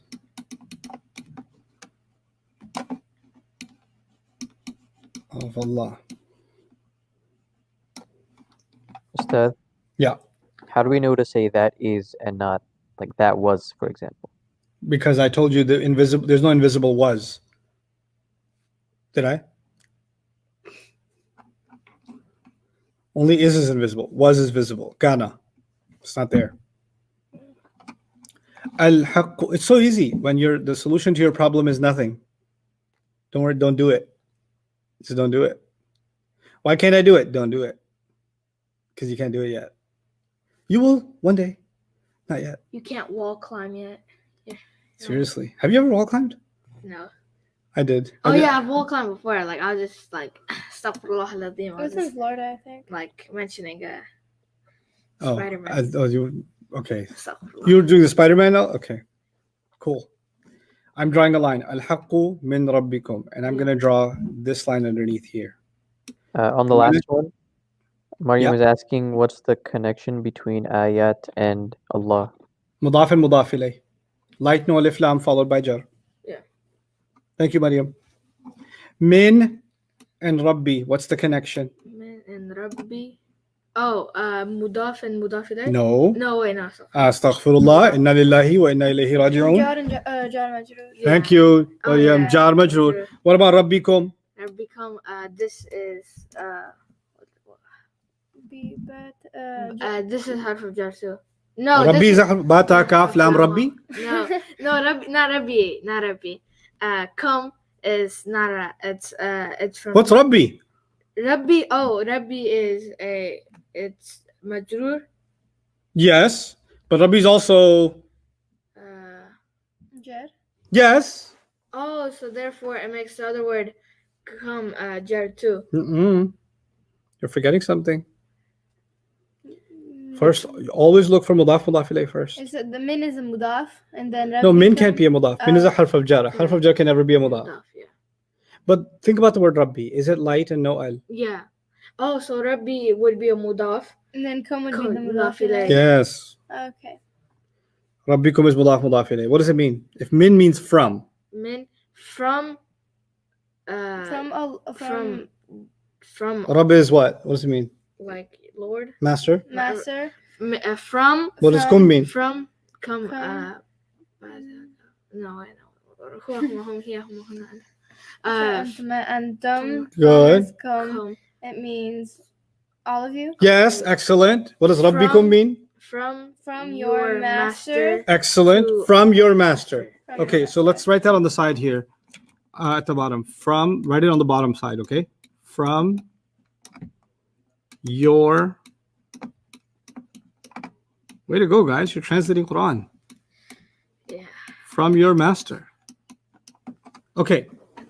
Now, al-haq means the truth. Mhm. Okay. The truth from your master. Well, let's see. The truth. From your master is the truth. No, you go in order. Oh, you and okay. The first word is the truth. Yeah. From Is the word al-haqqu connected to min? no, Why not? because in order. Is it a mudaf mudaf ilayh? No, Is it a harf of jar? no, Is it a harf of nasb? Is it a pointer? no, Is it mawsuf sifa? no, No connection? no. When there's no connection, I draw a straight line like that, a standing line, and I put is here. The truth is from your Lord. That's where the is comes from. You understand? Mm-hmm.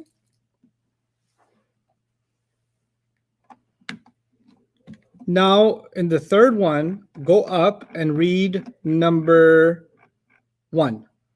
What does it say? Independent pronouns are usually followed by is. Okay, now that you've read number 1, an independent pronoun is usually followed by is. Read this line. Ana aktharu min. Just stop right there. Ana aktharu. Is there an independent pronoun? Yeah. Then it should be followed by what? Is. So what should I say? Ana is I. am. You could say I is if you like. Yeah, but No, you shouldn't. I am more. There's more to the ayah, but we're not translating that part yet. I am more. I am more. Okay. Okay. Do you see where the am came from? Yeah. This is the hint number 1, Okay. right? This was hint number 1. This one was hint number 5, Yeah. right? Mm-hmm. This one, dhalika min ayatillah, was hint number 2.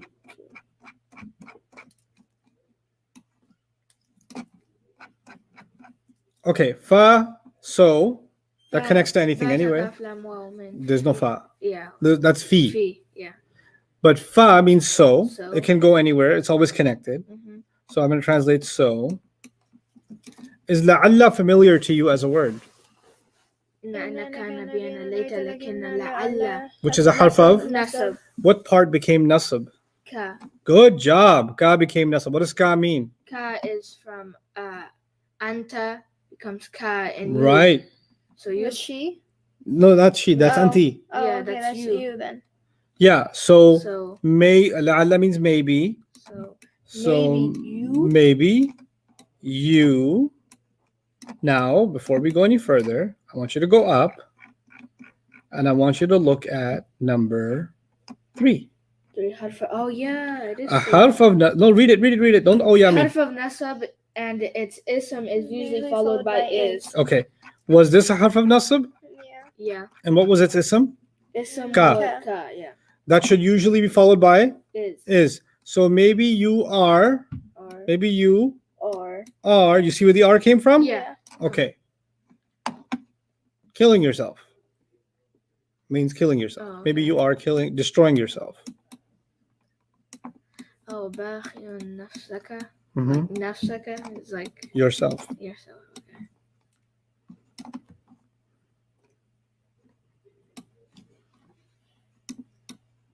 You see how I'm using those hints? Mm-hmm. Okay.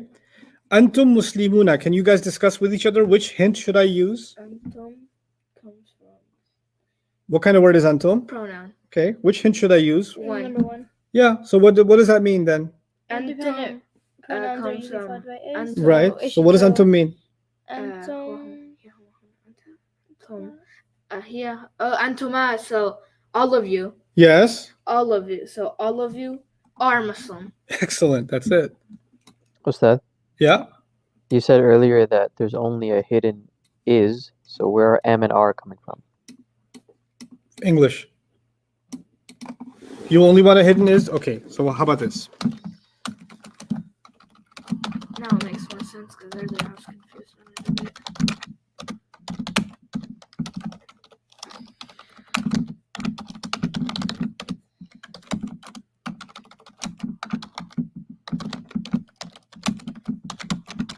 He is Muslim. Makes sense? Yeah. I said it's an invisible is, so I should put is everywhere then. We is Muslim. she is Muslim. She is Muslim. You is Muslim. I is Muslim. I is Muslim.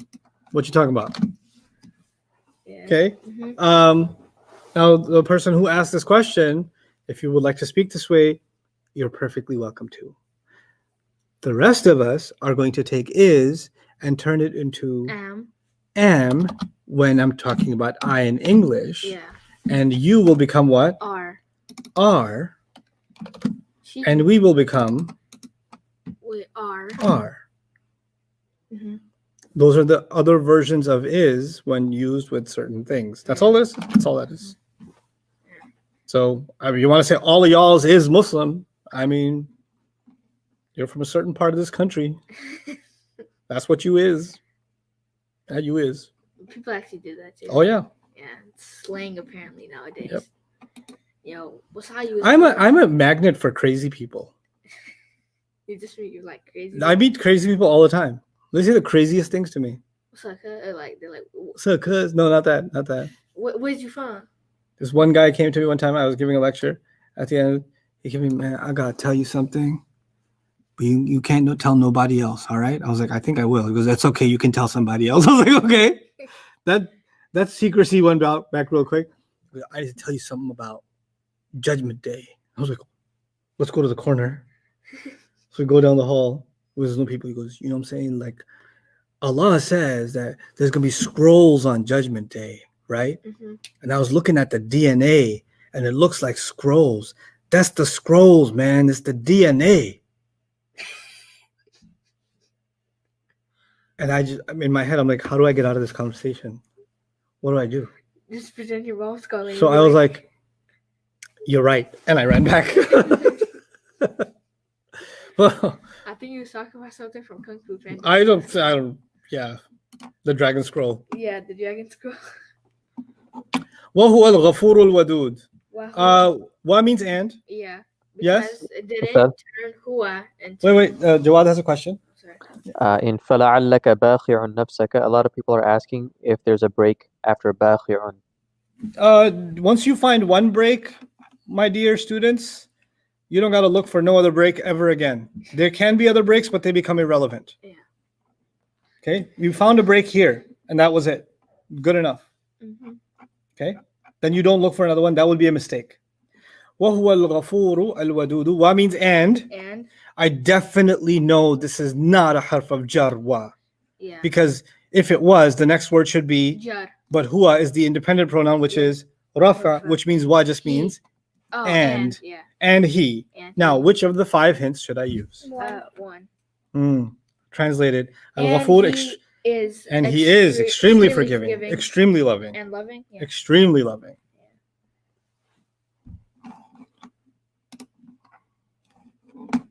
Is it getting a little easier? Yeah. Ummah of Islam is getting easier. My Islamic Facebookers, YouTubers, is it getting easier? Whoever thought social media could be used for studying Arabic? Seriously, For that's real. just crazy. Hey, what do you do on Facebook? I'm studying Arabic. You're on Facebook for 3 hours. Then next time somebody gives a khutbah, you people are on Facebook for 3 hours. Well, yeah, alhamdulillah. It's so Islamic. I'm so Islamic on Facebook. MashaAllah, you're on Facebook. MashaAllah, MashaAllah, you're on Facebook. We're changing things. Yeah. We're shaking up the system. Yeah. Mark Zuckerberg. I can't pronounce Mark his name. Zuckerberg. Mark Zuckerberg was like, I need to find some way of banning this. Some congressional hearing. Yeah. His algorithms are probably watching this right now. Hey, Mark. As a harf of nasab. Okay, in the hadith. إن هذه تذكرة. Find which hint to use. Wait, which one are we on? Bottom one. Oh, inna hadi. Inna, it comes from nasab. Inna anna. So inna. So which hint from the 1 to 5? 3, harf of nasab. Read that carefully. What Harf does it of say? nasab and its ism is usually followed by is. So what's the ism of the harf of nasab in this ayah? Hadihi, Yes. So hadihi means this. this. So how do you translate inna hadihi? This, What does inna mean? inna, For sure. for sure, this is. Good. For sure, this is a powerful reminder. For sure, this is a powerful reminder. I need about maybe 15 minutes, Josh. I was just going to tell you, Keaton said the delivery of the elevator is 11/2. November 2nd Okay. is when all this is coming. And then 6 weeks from then? They're going to go faster. Okay. That's just the fluff time. Okay. For sure, this is a. For sure, this is a powerful reminder. I just got told our elevator is getting delivered on November 2nd. Anyway, go ahead, Jawad. Going back to Okay. وَهُوَ الْغَفُورُ الْوَدُودُ. Mm. A lot of questions on why this isn't Mawsuf Sifa. Okay, I want to answer that, and I also don't want to answer that right now. Okay, I'll answer it, but okay. I'll answer it without any follow-up questions. So if you get it, you get it. If you don't get it, just say Alhamdulillah. Allah will make this easy for me later on, because Ustad will teach this in detail later on. But some of you have that itch, so I will scratch it right now. Okay. Sometimes I will qualify a statement by saying I will not accept follow-up questions on this. That means you're going to get distracted from the real subject matter if you get caught up in that. Mm-hmm. But even though I will deal with that in great detail later, just you need to trust me. Things that are not very clear right now are things I'm not keeping very clear right now. It didn't just occur to you, and it has never occurred to me in the last 20 years. It has, it's just got a later time for it. So when I keep saying, I know it's annoying when I say trust me or I say later, I just give you one word answer. Just trust me. It's there. It's a whole chapter dedicated just to this. Okay? So it's going to get covered. But let me just tell you something. When it comes to Allah, we're not talking about grammar now, we're talking about Quran. Yeah. Quran's language is using Arabic, but Quran has its own style, right? Yeah. So we're talking about Quran now. Allah has many names, right? So some of his names are Al-Ghafur and Al-Wadud.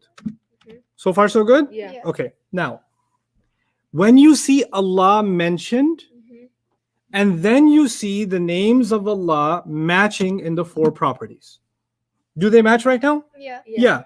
Proper. We can say Allahu, Al-Ghafuru, Al-Wadudu. Then you can say this is Mawsuf, this is Sifa number 1, this is Sifa number 2. So far, so good? Yeah. Okay. Now, if I say Ghafurun, Wadudun, if I did that, they're no longer Mawsuf Sifa to Allah, because the word Allah is proper, and these two are what? Common. Common, so they're not. But what if the word Allah wasn't there?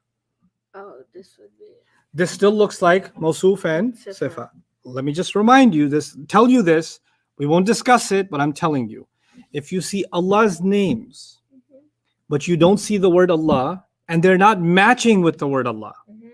Two things. They're not with the word Allah, and they're not matching with the word Allah. Then they are not called noun adjective, even when they look like noun adjective. They are another kind of grammar that you are not familiar with yet. That's a later study. Yeah, that's what we put Okay. on the notes yesterday. Right. So the names of Allah, when they match in properties, unless you see Allah's name there, if this was وَهُوَ اللَّهُ الْغَفُورُ الْوَدُودُ, then I could say the word Allah is Mawsuf, Al-Ghafur is Sifa, Al-Wadud is Sifa number 2. But I don't see the word Allah here, so even though these guys match, I will not call them Mawsuf Sifa. Okay? So no more questions about that, but that's for your information. Okay. Other questions?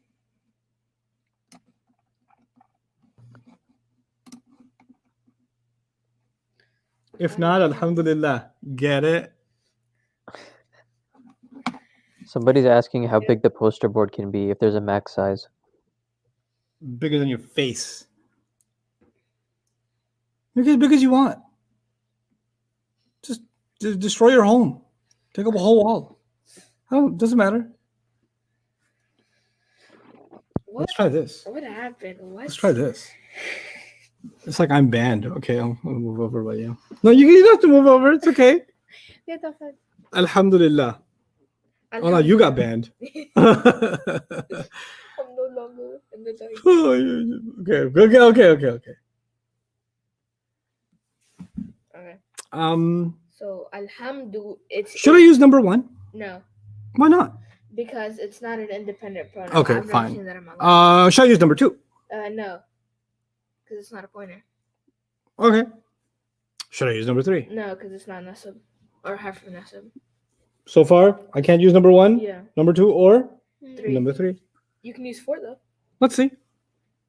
Proper followed by common. Well, it is proper, but the word Allah after it is common. No, it's not. I can't use number 4. You can't use it. A break in the chain. Let's see what breaking the chain means. Breaking the chain means you have a few words, and are they a fragment? Each fragment is a kind of chain. Yeah. So a jar is chained to a majroor. A mudaf is chained to a mudaf ilayh. Harf of nasab is chained to its victim. A mawsuf is chained to its sifa. And ismul ishara is chained to a musharun ilayh. Is li chained to the word Allah? Yes. Jar majroor. But is alhamdu chained? There's 5 kinds of chains. Is alhamdu chained to lillahi in any way? No. So there's a break in the chain. Therefore, This. when there's a break, wherever there's a break in the chain, You put is. you put is. Yeah. Praise and thanks is for Allah. What just happened? That looks pretty cool too.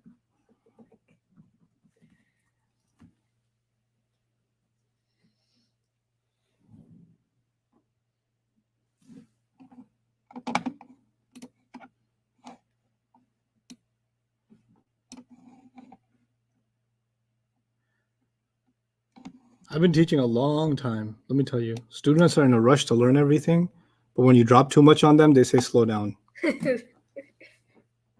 I know. Okay? Yeah. Ana rabbuka. Ana rabbuka. Which one should I use? Number 1, 2, 3, 4, or 5? Independent. Number 1. Yeah, Maryam, help me with this translation. What is that? I can't read that. What does Ana mean? No, wait, which one are we Number on? 10. Oh, okay, I thought we were on. Okay, Anna. Needs little brother.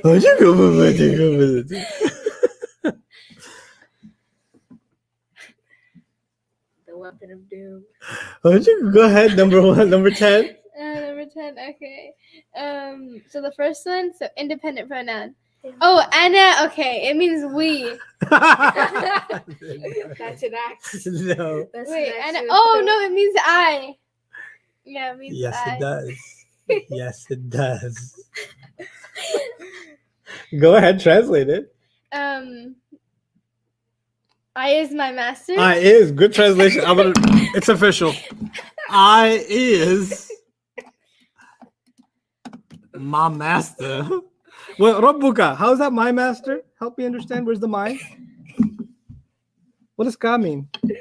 Oh, Ka means you.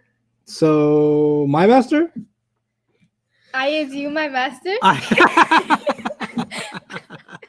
I is you. That's deep. I is you. Okay, let's take a step back, buddy. Look at this. Look at this kiddo. Rabbuka.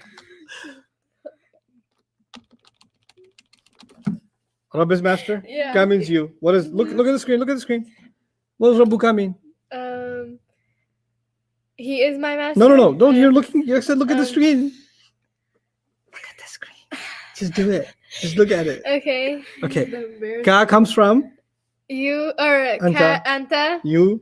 Yeah, you. Rabb means master. Master They're mudaf and mudaf ilayh, right? Uh-huh. What goes between mudaf ilayh? is Really? Mudaf mudaf ilayh of. Uh-huh. So put of there and say it. Allah of he. No, I don't see the word Allah. Oh, Do you see the master word of Allah? he.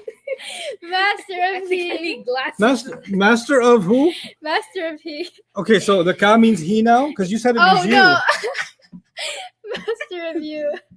Are you seeing something I don't see?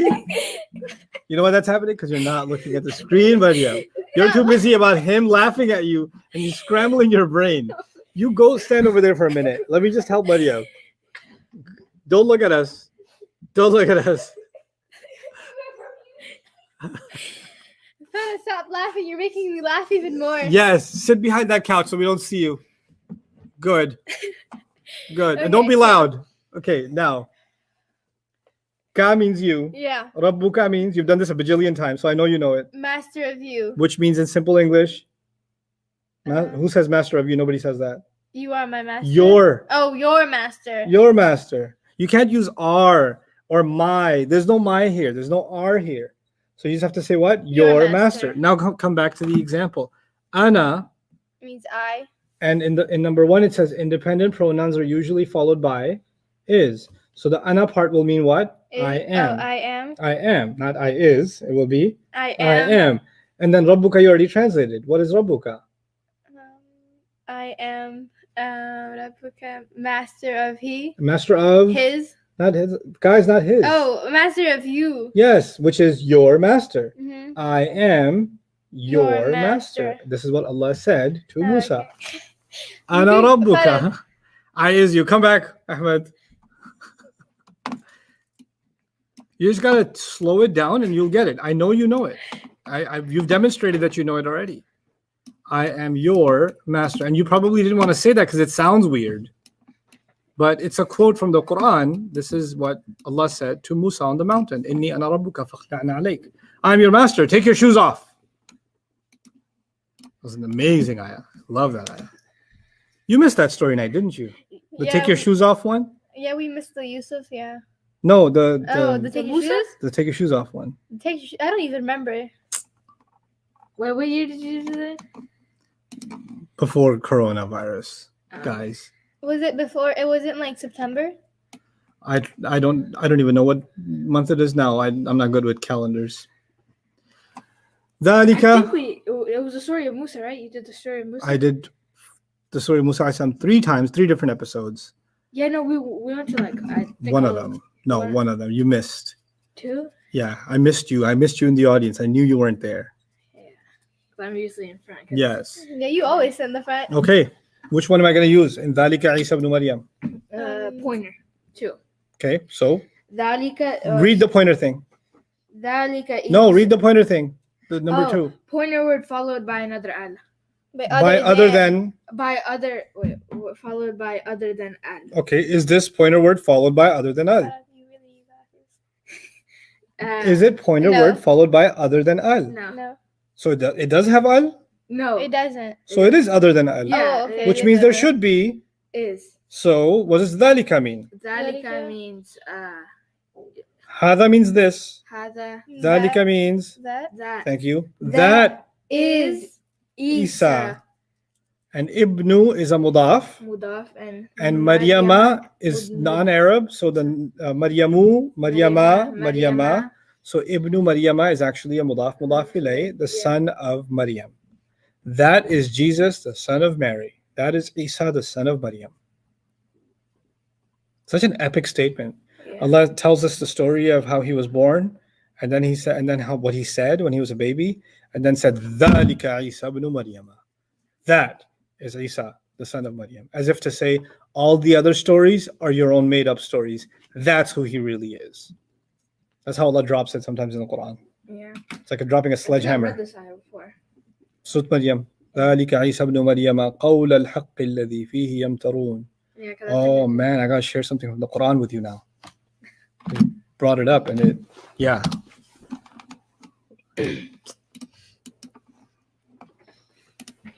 You know, one of the most powerful things about the Quran, because the Quran has different styles, right? yeah.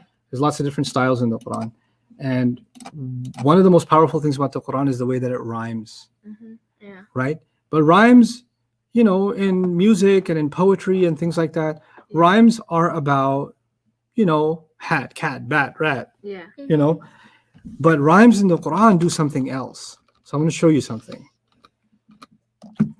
كاف ها يا عين صاد ذكر رحمة ربك عبده زكريا إذ نادى ربه نداء خفيا قال رب إني وهن العظم مني واشتعل الرأس شيبا ولم أكن بدعائك رب شقيا.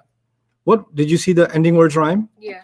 زكريا خفيا شقيا وليا رضيا سميا عتيا شيئا سويا عشيا تقيا عصيا حيا شرقيا سويا تقيا زكيا بغيا مقضيا قصيا منسيا سريا جنيا إنسيا فريا. Do you notice this keeps going? Mm-hmm. Okay. بغيا صبيا نبيا حيا شقيا حيا يمترون كن فيكون صراط مستقيم عظيم. من مشهد يوم عظيم في ضلال مبين Oh, it like وهم لا changes it. يؤمنون وإلينا يرجعون واذكر في الكتاب إبراهيم إنه كان صديقا نبيا. Back to what? Yeah. Ustad, can you mention the surah number? So with Maryam, almost all of it. شيئا سويا عصيا وليا مليا حفيا شقيا نبيا عليا نبيا نجيا نبيا نبيا مرضيا نبيا عليا. My God. So much rhyme. But it broke. Yeah. In the middle, it broke. Yeah. And then, There's a whole study in the Quran. Why does the rhyme break? Surah Maryam tells us many stories of prophets. And it starts with the story of Zakaria. And Zakaria was very old and he was praying to Allah that I have no one who will take over the masjid when I'm dead. And all the people around me are not qualified to run this place. Yeah. Ya Allah, just give me someone who can inherit, because he was a prophet and he saw people around him were corrupt. Yeah. Ya Allah, give me someone who I can pass this on to. Yeah. I'm almost dead. My hair has turned, it's like my hair's turned into ash. Like, when fire burns it out and ash is left? Yeah. He describes his hair as burnt out and ash is left as it, fire takes everything, life out of something. My old age has taken the life out of me, is what he says, right? My hairs have turned gray, ya Allah. It's time for me to go, but there's no one left behind here. I'm worried about them. وَجْعَلْهُ رَبِّي رَضِيًّا. So he makes his angel show up and say, you're going to have a child. Imagine your great-great-grandpa having a child. Right? So imagine a 100-year-old man having a child. He's like, أَنَّا يَكُونُ لِي غُلَامٌ وَقَدْ بَلَغَنِيَ الْكِبَرُ. I'm already an old man. مِنَ الْكِبَرِ عِتِيًّا. Same rhyme. Yeah. Allah gave him the son, Yahya. Yeah. Yahya alayhi salam is born. So it's a miracle birth, right? And then Allah describes Maryam. He changes the subject to Maryam. And angels come to her and give her a miracle baby, Jesus, right? So Allah is building up. Allah is saying, well, first, if you think that Jesus is God because he's a miracle baby, well, right before that miracle baby, there was already another miracle baby, which is the son of Zakaria. And now Isa alayhi salam. Why is Allah making this point? Because Allah wants you to understand that to believe in one God, you cannot believe that Jesus Jesus is the son of God. He's just the son of a human being. Christians and Jews would also say that they're also the religion of Abraham. They call them Abrahamic faiths, right? So Allah decided to do something. The moment he got to Jesus and how he was born with a miracle, right? That's the story here in this surah. He said this. So everything was rhyming, right? Yeah. And all of a sudden, Allah broke the rhymes. And he said, ذَلِكَ عِيسَى بْنُ مَرْيَمَ قَوْلَ الْحَقِّ الَّذِي فِيهِ يَمْتَرُونَ. That is Jesus, the son of Mary, the word of truth in which they have doubt. ما كان لله أن يتخذ من ولد سبحانه إذا قضى أمرا فإنما يقول له كن فيكون. It's not becoming for Allah to take any son. He's way too perfect for that. Whenever he makes a decision, all he says is be, and it happens. وَإِنَّ اللَّهَ رَبِّي وَرَبُّكُمْ فَاعْبُدُوهُ هَذَا صِرَاطٌ مُسْتَقِيمٌ. And certainly Allah is my master and your master, so worship him alone. This is a straight path. فَاخْتَلَفَ الْأَحْزَابُ مِنْ بَيْنِهِمْ فَوَيْلٌ لِلَّذِينَ كَفَرُوا مِنْ مَشْهَدِ يَوْمٍ عَظِيمٍ. The different groups disagreed among each other. So the worst punishments will fall on the disbelievers on the sight of a great day, meaning Judgment Day. They'll see the disagreements they made. Asmi' bihim wa absir, how well they're going to hear that day and how well they're going to see that day. Like right now, they don't want to hear anything and they don't want to see all the evidence, but they're going to have perfect vision on that day. Yawma ya'tunana, the day on which they come to us. لكن الظالمون اليوم في ضلال مبين. However, the wrongdoers on that day are going to be are right now. Today they are in open or clearly misguided. وأنذرهم يوم الحسرة إذ قضي الأمر. Warn them on the day that's going to be filled with regret. They're going to regret they didn't listen to this. They're going to regret they worship Jesus. إذ قضي الأمر, when the decision will have already been made. وهم في غفلة وهم لا يؤمنون. And they're going to be completely oblivious, like clueless, and as they refuse to believe. إِنَّا نَحْنُ نَرِثُ الْأَرْضَ وَمَنْ عَلَيْهَا وَإِلَيْنَا يُرْجَعُونَ. We are the one who will inherit the earth. We and whoever's on it. And to us alone do you have to go back. You're not going to go back to Jesus. Jesus is going to inherit the earth. I will inherit the earth. I alone will inherit the earth. Now that you understand that, you need to understand you don't really follow the religion of Ibrahim. So now you're ready for the story of Ibrahim. وَاذْكُرْ فِي الْكِتَابِ إِبْرَاهِيمَ إِنَّهُ كَانَ صِدِّيقًا نَبِيًّا. Nabiyya rhyme again. Yeah.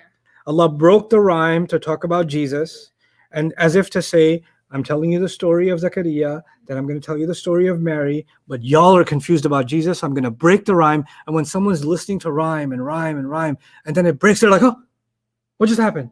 Yeah. Because Allah says, I need you to focus on this. Mm-hmm. I'm going to break the rhyme. Yeah. And now that you understand this, now we can go back to the continuing with the stories of prophets. Mm-hmm. And so, وَاذْكُرْ فِي الْكِتَابِ إِبْرَاهِيمَ إِنَّهُ كَانَ صِدِّيقًا نَبِيًّا. So even if you don't know Arabic and you're listening to the Quran, you can tell Allah just changed the subject. Mm-hmm. Something happened. Yeah. He changed. In English, you change subjects by changing a paragraph, Yeah. right? Mm-hmm. Double space. But if you're listening to someone talk or an audio book, can you tell the paragraph changed? No. No. Quran, you can. Mm-hmm. عَمَّ يَتَسَاءَلُونَ عَنِ النَّبَإِ الْعَظِيمِ. You see the un and in, right? Mm-hmm. Yeah. الَّذِي هُمْ فِيهِ مُخْتَلِفُونَ كَلَّا سَيَعْلَمُونَ ثُمَّ كَلَّا سَيَعْلَمُونَ. Does it stay like that?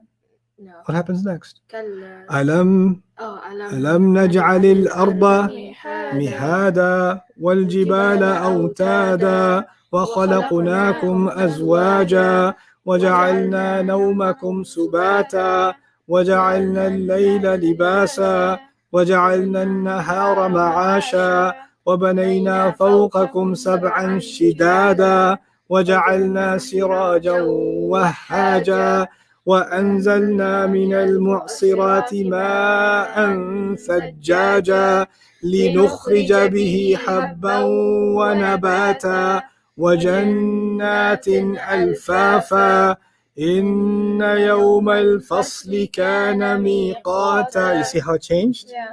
You know, even if you don't know, when you read the translation, you'll see the top was different. Yeah. And then the subject has changed. Mm-hmm. And the subject change, you can tell by what? The rhyme changed. Yeah. Even the rhyme changed, right? So it's an incredible thing to even pay attention to how ayat are placed. Like when we did this example of ذَلِكَ عِيسَى ibn Maryam, I just remembered how musically rhythmic Surah Maryam is, and Allah purposely breaks it with Jesus. Mm-hmm. Like you need to understand this especially. It's super stuff. You know, there was a professor Mhm. that I met, non-Muslim, who became Muslim but kind of a weird Muslim, doesn't really pray, still drinks alcohol, like all kinds of bad stuff, but still believes in Islam to be true. Yeah. I was like, you do all this stuff. So, I mean, and you have all these weird ideas. Why are you still Muslim? You know what he said to me in his posh British accent? Yeah. Well, when I listen to the Quran, I can't help but believe it's divine, isn't it? I was like, you're right. That's- He did it with Just- like, the eyebrow thing. too. No, he did. Yeah, he did the. He might as well have had a monocle in his mouth, but even though Quraysh couldn't hear it and not realize that it's divine. If you just listen to Quran, you listen to yourself recite Quran, it starts. There's a feeling that starts coming over you. Yeah. You have to recite Quran with your heart. We're doing this so we can feel Quran when we recite it. Man, nothing like it. Okay, let's get back to work. وَإِلَهُكُمْ إِلَهٌ وَاحِدٌ. Okay, إِلَهُكُمْ إِلَهٌ وَاحِدٌ. Mariam, you struggled with the mudaf ilayh last time, so I'll help. I'll solicit Ahmed's help this time, and you pay close attention to it. Okay? Ilahukum is a mudaf and a mudaf ilayh. Okay. Ilahu is light, no alif lam. Kum is an attached pronoun. Kum means Anton. good, all of you. Ilah means God, God. the God of all of you. The God of all of you. Now, I want to know if this mudaf ilayh, all I care about is this proper or common? This is Well, if the mudaf can only be proper if the, mudaf ilayh is proper. is it? Yeah, A pronoun is always proper. Proper. So this whole thing is what? proper. Proper. And then ilahun wahidun is a mawsuf sifa, a single God. Okay, the four properties match, and this is common. Yeah. Now go back up in your hints. What does it say? Proper followed by common. Proper followed by common has an is in between. Yeah, The God of all of you is a single God. the God of all of you. Or your God is one God. You can make it easier. Your God is one God. Ilahukum ilahun wahid. The God of all you is the only God. Is one God. Wahid means one. So ilahun wahid is mawsuf sifa. Okay. Numbers many times come as adjectives. Inna ya'juja wa ma'juja. Gog and Magog. That's a biblical name for them. Inna is a harf of nasab. And what did I say about wa? And it can carry the effect over. Yeah. So Ya'juja became nasab, and Ma'juja also became nasab. So that's all one big fragment, and it's connected with the and. So we'll think of it as one big fragment. So the victim of inna here is basically the whole thing. Ya'juja wa Ma'juja. Okay? So certainly Ya'juj and Ma'juj. Is there a hint up there? Yeah. Harf of nasab and atism usually followed by is. Certainly Ya'juj and Ma'juj are making trouble in the land. Questions? There's a question about inna hadhihi tadhkira. I think when you went over it, you used hint 3, and people are asking if you could also use hint 2. You can. Multiple ones work. 3 and 2 work. Inna hadhihi tadhkira. What is 3? Inna and victim, right? Yeah. And what is 2? Pointer without al. Yeah, they both work. And in fact, you can use 5 too. Once you get good at this, you'll see multiple at the same time.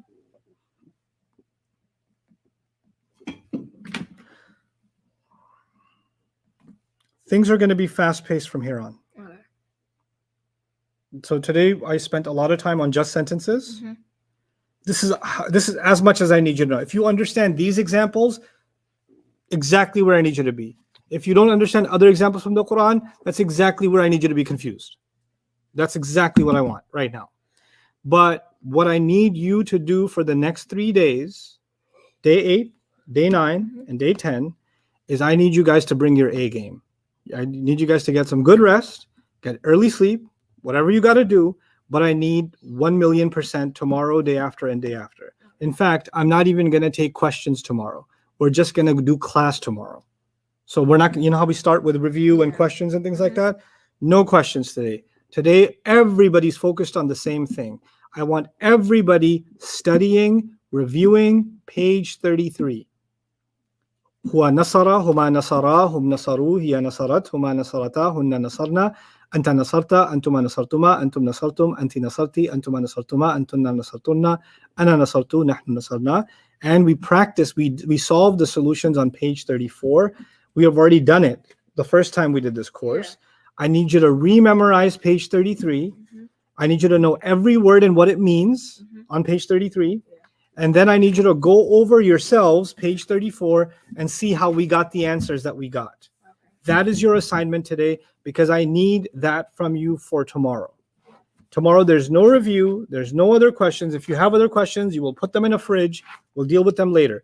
But this is the goal for 8, 9, and 10. These are not, usually when you get to the end of a course, things slow down. Yeah. For us, things are now going to speed up. Not speed up, but they're going to intensify. I'm not going to teach you more material, but I need to really have you master your fi'l work. And the only way I can do that is if you come prepared.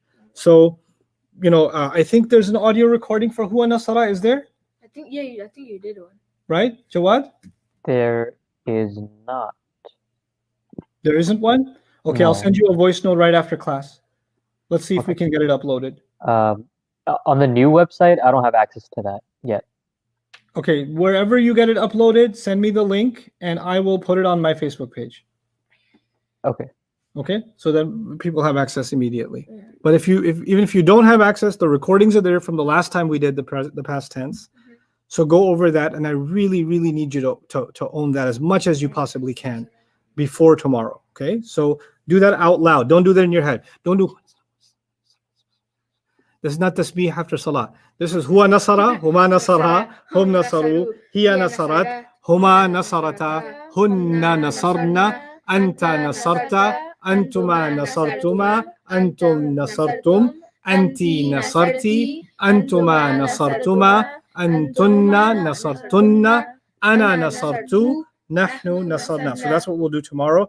I'll give you kids an early break today, and I'll stick around an extra 19 minutes to go until 12:30. Maybe even a little longer for any questions you have for the material up until now. So I'll just do that, but you guys can enjoy your break. Go. Good job today, guys. I will, inshallah, memorize this like it's a brick in my hand, and I won't ever let go of it. Okay, What? That's That a- makes sense. That was a weird saying. that was okay? weird saying, yeah, but I'll break it. Okay, it's not a T-shirt. I'll put it on sock.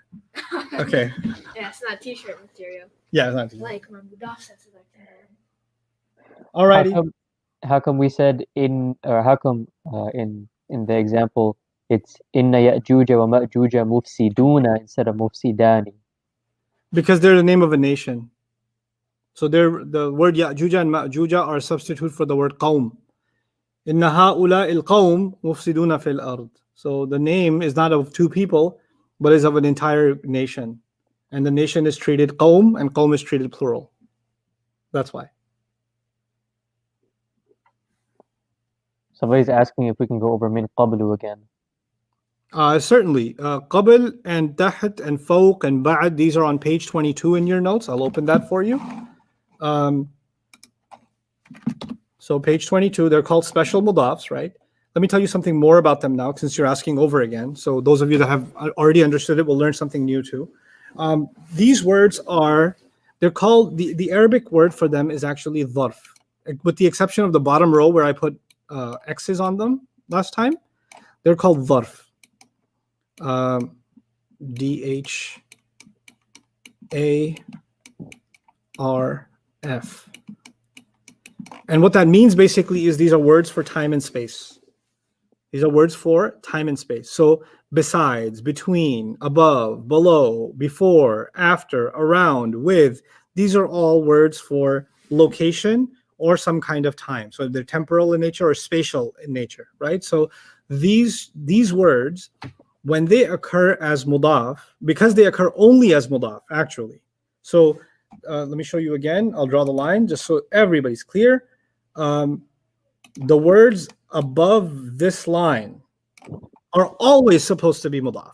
The words below sometimes can be not mudaf too. That's okay. And they're not time and space. Notice which or other or every and all. These are not words for time and space. But the words above it are all words for time and space. So this box right here, this stuff right here, this is words that definitely demand that they should be treated as a mudaf, and therefore they should have a mudaf ilayh. But in Arabic, sometimes we say these words without mentioning their mudaf ilayh. When you don't mention their mudaf ilayh, the speaker is trying to tell you, the one who said it is trying to tell you either that the mudaf ilayh is too obvious, so it doesn't even have to be said, or they want you to really think about and figure out what that mudaf ilayh should be, that you should come up with yourself. So it's demanding, it's putting a demand on the listener from the speaker, you know. And when that happens, when you remove the mudaf ilayh from being mentioned, then this word's way of telling you that there was supposed to be a mudaf ilayh here, but it's been removed, its way of telling you that is that it becomes non-flexible. You see, the nasab version of it is qabla. The jar version, if there's a harf of jar before it, would be qabli, right? Technically, you wouldn't have the rafa version because the word before is never going to be a doer. So you're not really going to have the rafa version practically. Look at what they mean. They can't be doers, right? And you know, their default position is to be a detail of something. Where did something happen? When did something happen? Those are always details. That's why they're in nasab like that. Now, it's not a grammar thing, it's a common sense thing. They just happen to be details all the time. That's why they're nasab all the time. But sometimes they're beat up by a harf of jar, so they can become jar too. But rafa just never happens. It just never happens. But what happens, the problem is, when you don't give them a mudaf ilayh, then duna can become dunu, tahta becomes tahtu, fawqa becomes fawqu, meaning whether it's nasab or jar, it'll still be fawqu if you didn't mention the mudaf ilayh. Whether it's nasab or jar, it will still be qablu even if you didn't mention the mudaf ilayh. Now, in the Quran, you find inna kunna, let me show you the ayah.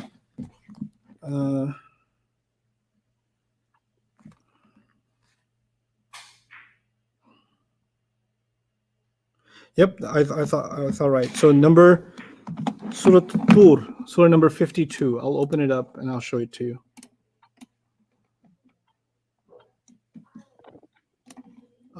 Tur.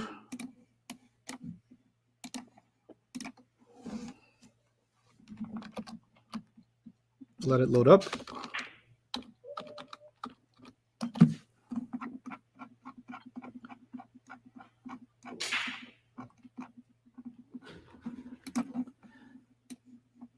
Look at this. I'll enlarge it. This is ayah number 26. Yeah, Surah 52, ayah 26. Inna kunna, we were, before this, before is the word qabl, but it was going to be qabli hadha or qabla hadha, before this. But the mudaf ilayh is not mentioned. When the mudaf ilayh is not mentioned, this word becomes non-flexible, stuck with the u. The u has nothing to do with rafa on this word. The u has to do with the fact that the u is letting you know that a mudaf ilayh was taken away. That's all it does. So as you're at grammar advanced, at the basic level, these sounds are for rafa and nasab and jar. Then you're going to learn some more. Oh, these sounds do some other things for some other special words sometimes. So they're done. They are more versatile. It's like someone has a full-time job and they've got a bunch of part-time jobs. This is one of the part-time jobs of the dhamma sound. This time it's not rafa at all. Okay, it's not rafa at all. It's just serving another purpose. Okay, and that's, you're gonna have to expand your mind about these sounds later on. At the basic level, I just need you to get recognition. Rafa, nasab, jar. This sound, this sound, this sound.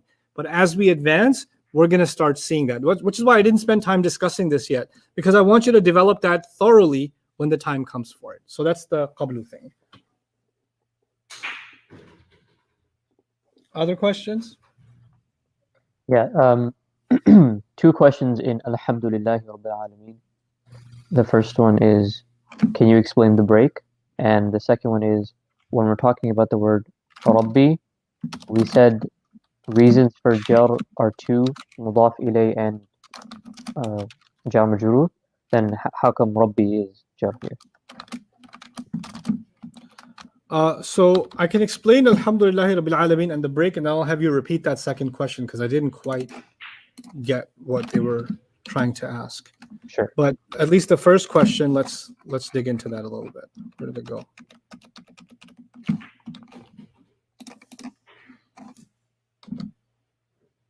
I don't know why it keeps disappearing. Anyway, so Alhamdulillahi Rabbil Alameen. So li is a harf of jar, and the word Allah clearly became jar as a result. So that would be a jar majroor.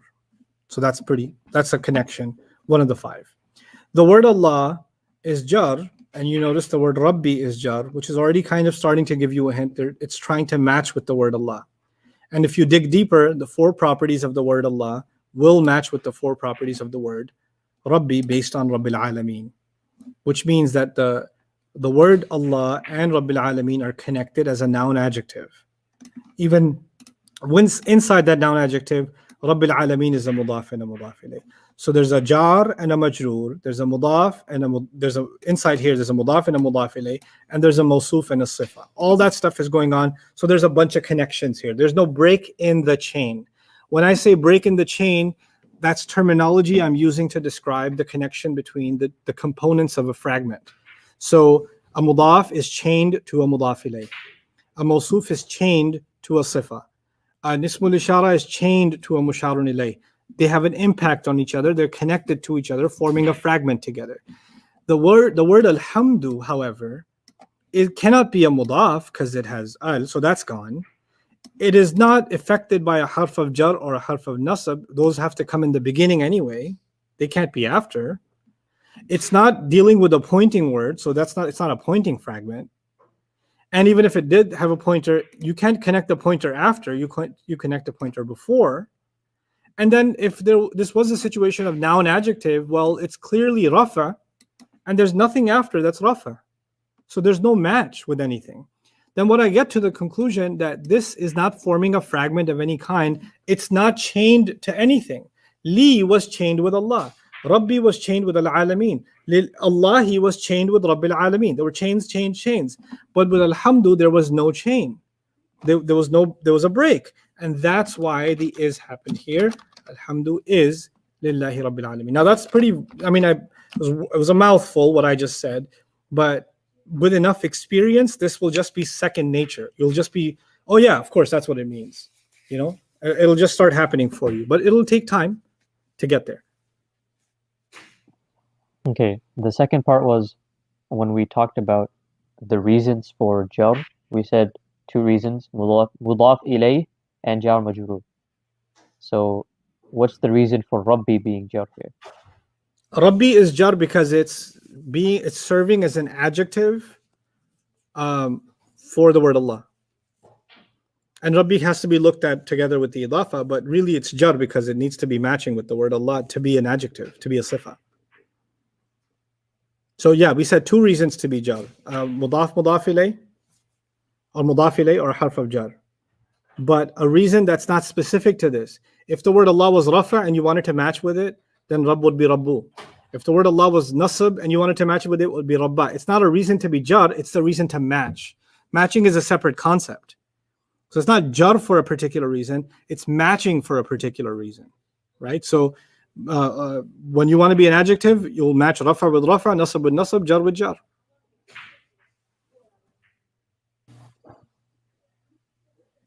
Okay. Another question we have is... Yes, you can leave. In the example, or in Surah Al-Fajr, there's the ayah, هَلْ فِي ذَلِكَ قَسَمٌ لِذِي حِجْرٍ. How come qasamun is rafa' here instead of jar? Because it comes after fi dhalika. Hal fi dhalika qasamun. And the question is, why rafa? Right? Yeah. What does fi do? It makes the next word jar. So dhalika would be jar. Dhalika is non-flexible, so the rafa and nasab jar versions look the same, but I know for a fact because of fi that it's jar. Now, the real question to ask is qasamun a musharun ilay? Is qasamun a musharun ilay? Musharun ilay means it's immediately after the pointer and it's got an al on it. Does it? No. If it did have an al, it would have to match. If it doesn't have an al, it doesn't have to match, and that's your answer. It's not a musharun ilay. That's why it's not jar. If it was fi dhalika al, it would be incomplete in that case. But if it was dhalika al qasam, there would be more to the sentence then. But it would be fi dhalika al qasami. But it's not. It's hal fi dhalika qasamun. Because it's not a musharun ilay, that's why it doesn't match. Okay. When we're talking about the attached pronoun ya, meaning ana, like in the example of Rabbi, then The status of Rabb is what they're asking about. Okay, let me show all of you guys. Those of you that are here, give me 100%. Let me change the font first because this one bothers me. Okay, that's nicer. Rabbuka, Rabbaka, and Rabbika. Everybody should be able to tell that Rabbu was Rafa over here. Rabba was Nasab over here. And Rabbi was Jar over here. The Mudaf could be Rafa or Nasab or Jar. The Mudaf ilay, the Ka is always Jar, right? But the Mudaf could be any one of them depending on what the speaker wants to say. Now, when I add Rabbi,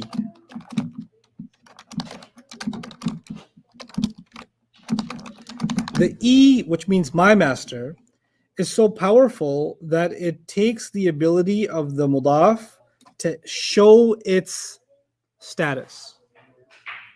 I can't say Rabbui or Rabbai and then Rabbi.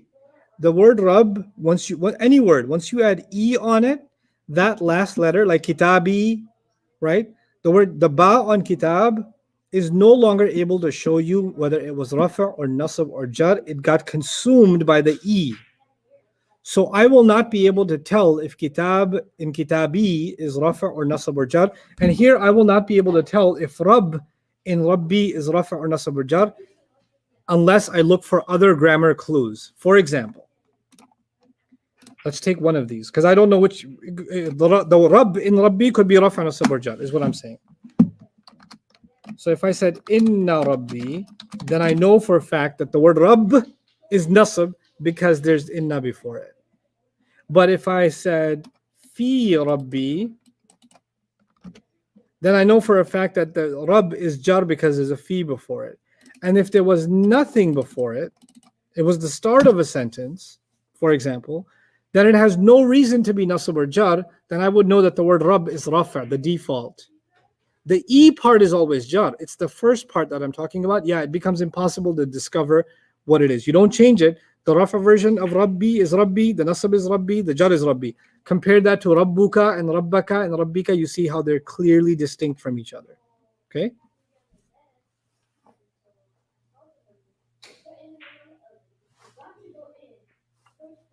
there's still there's been a repeat question over the last week on the second ayah of Surah Al-Baqarah, Dalik al-Kitab, and why it's translated the way it is. Really don't want to answer that one. Okay. Okay. Here's the reason I don't want to answer that one, because you're not at that level yet. Maybe you are, but I haven't taught you to that level yet. ذَلِكَ الْكِتَابُ لَا رَيْبَ فِيهِ can be looked at grammatically 6 different ways. That is a complex grammatical ayah that can be looked at 6 different ways. And I want to be able to share that with you properly, but I need to get you there first. What I'm teaching you right now is the very basic level. And then above that, we're going to build some very sophisticated understanding of how structures come together.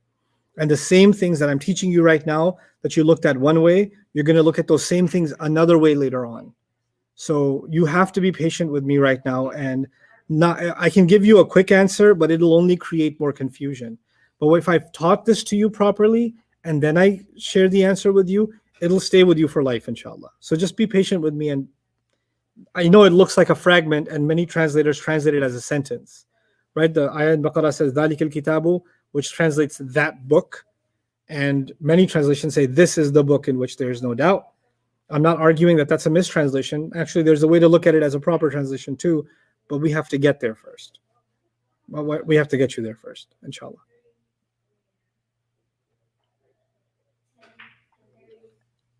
Okay, a number of students are saying there's another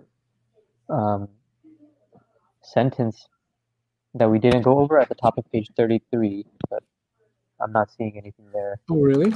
so I don't. Unless they have an older version of the PDF or something. I don't know. That might be it. Maybe if somebody can type it in. Oh, I see it here. Wallahu min wara'ihim muhitun. Well, mine has it. Weird. Okay, so huwa Allahu should be easy for everybody. That would be hint. Independent pronoun is usually followed by an is. So he is Allah, right? So that's straightforward. Wallahu min wara'ihim muhitun. So what's happening here is the word Allah is rafa, singular, masculine, and proper, right? And of course, min is a harf of jar. So this is jar because of it. This is a mudaf, and that's the mudaf ilayh from behind them. And muhitun, don't worry about the other properties, it's common. Now I spelled this out because the word Allah definitely isn't a mudaf. So that's gone. Because I'm going to go through the 5 fragments. It's not a mudaf, not possible. It's not a harf of jar, harf of nasab, or pointer situation. That's not possible. It's not noun adjective, because even if you were going to argue this is an adjective, it's common. And that's proper, right? Which means there's no connection based on the 5 fragments. There's no chain. Everything else, even though there's another break in chain here, it doesn't matter. Once you find one break, it's good enough. Allah is, and then the rest of the sentence. Okay? Allah has them encircled from behind them. Allah has them encircled from behind them. Wallahu min wara'ihim muhitun. Anything else? Yes, in the ayah that says Isa ibn Maryam, when we translate it, what's the relationship between Isa and Ibn? It's called a badal. We haven't studied that yet. So it's or it could be ataf bayan too. Again, a concept we haven't studied yet. So if I say, hey, your brother, the teacher, right? So what I'm saying is, or I said, hey, I met the teacher, your brother, right? If I said that, then it's like I met the teacher, which is correct, and I met your brother, which is correct, but they're kind of interchangeable. And that's what's called a badal. And then inshallah later, we'll see some of those concepts come to fruit. It's not a concept I've taught yet. They're called the tawabi', followers. And inshallah, there's a pretty long chapter on them. It's coming. Okay. Innal insana lafi khusr. How can we have harf of jar lam on harf of jar fi? The lam, you're right, you can't have innal insana lafi khusr has the word lafi. And I already told you a harf of jar can't be on a harf of jar. You're absolutely 1,000,000% correct. You know what that means? That means the la must not be a harf of jar. This must be some other kind of la, which it is. It's the lam of emphasis, which is not a harf of jar. It can go anywhere.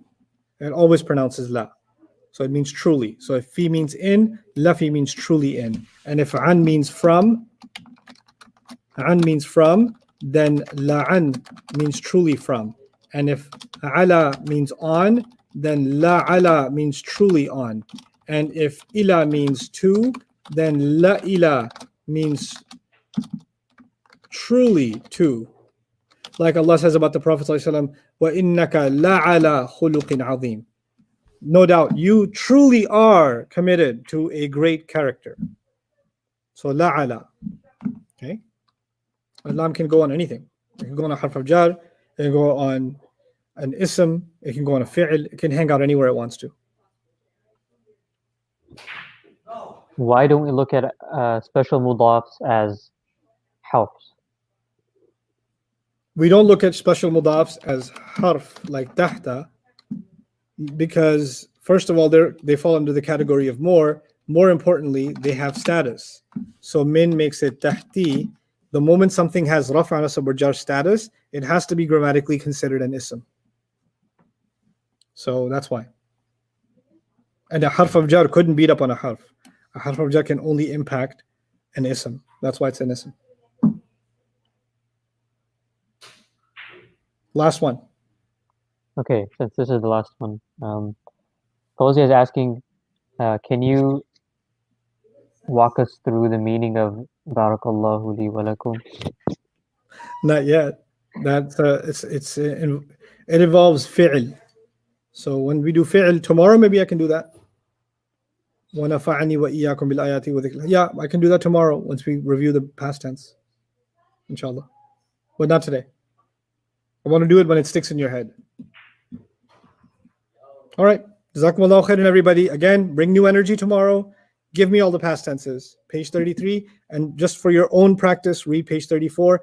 The transcript, I believe it was day 7 transcript. Notes from day 7. Read those. Inshallah. Jazakumullahu khairan. Assalamu alaikum wa rahmatullahi wa barakatuh. And Jawad, I'll send you the voice note, yeah? Yep. Okay.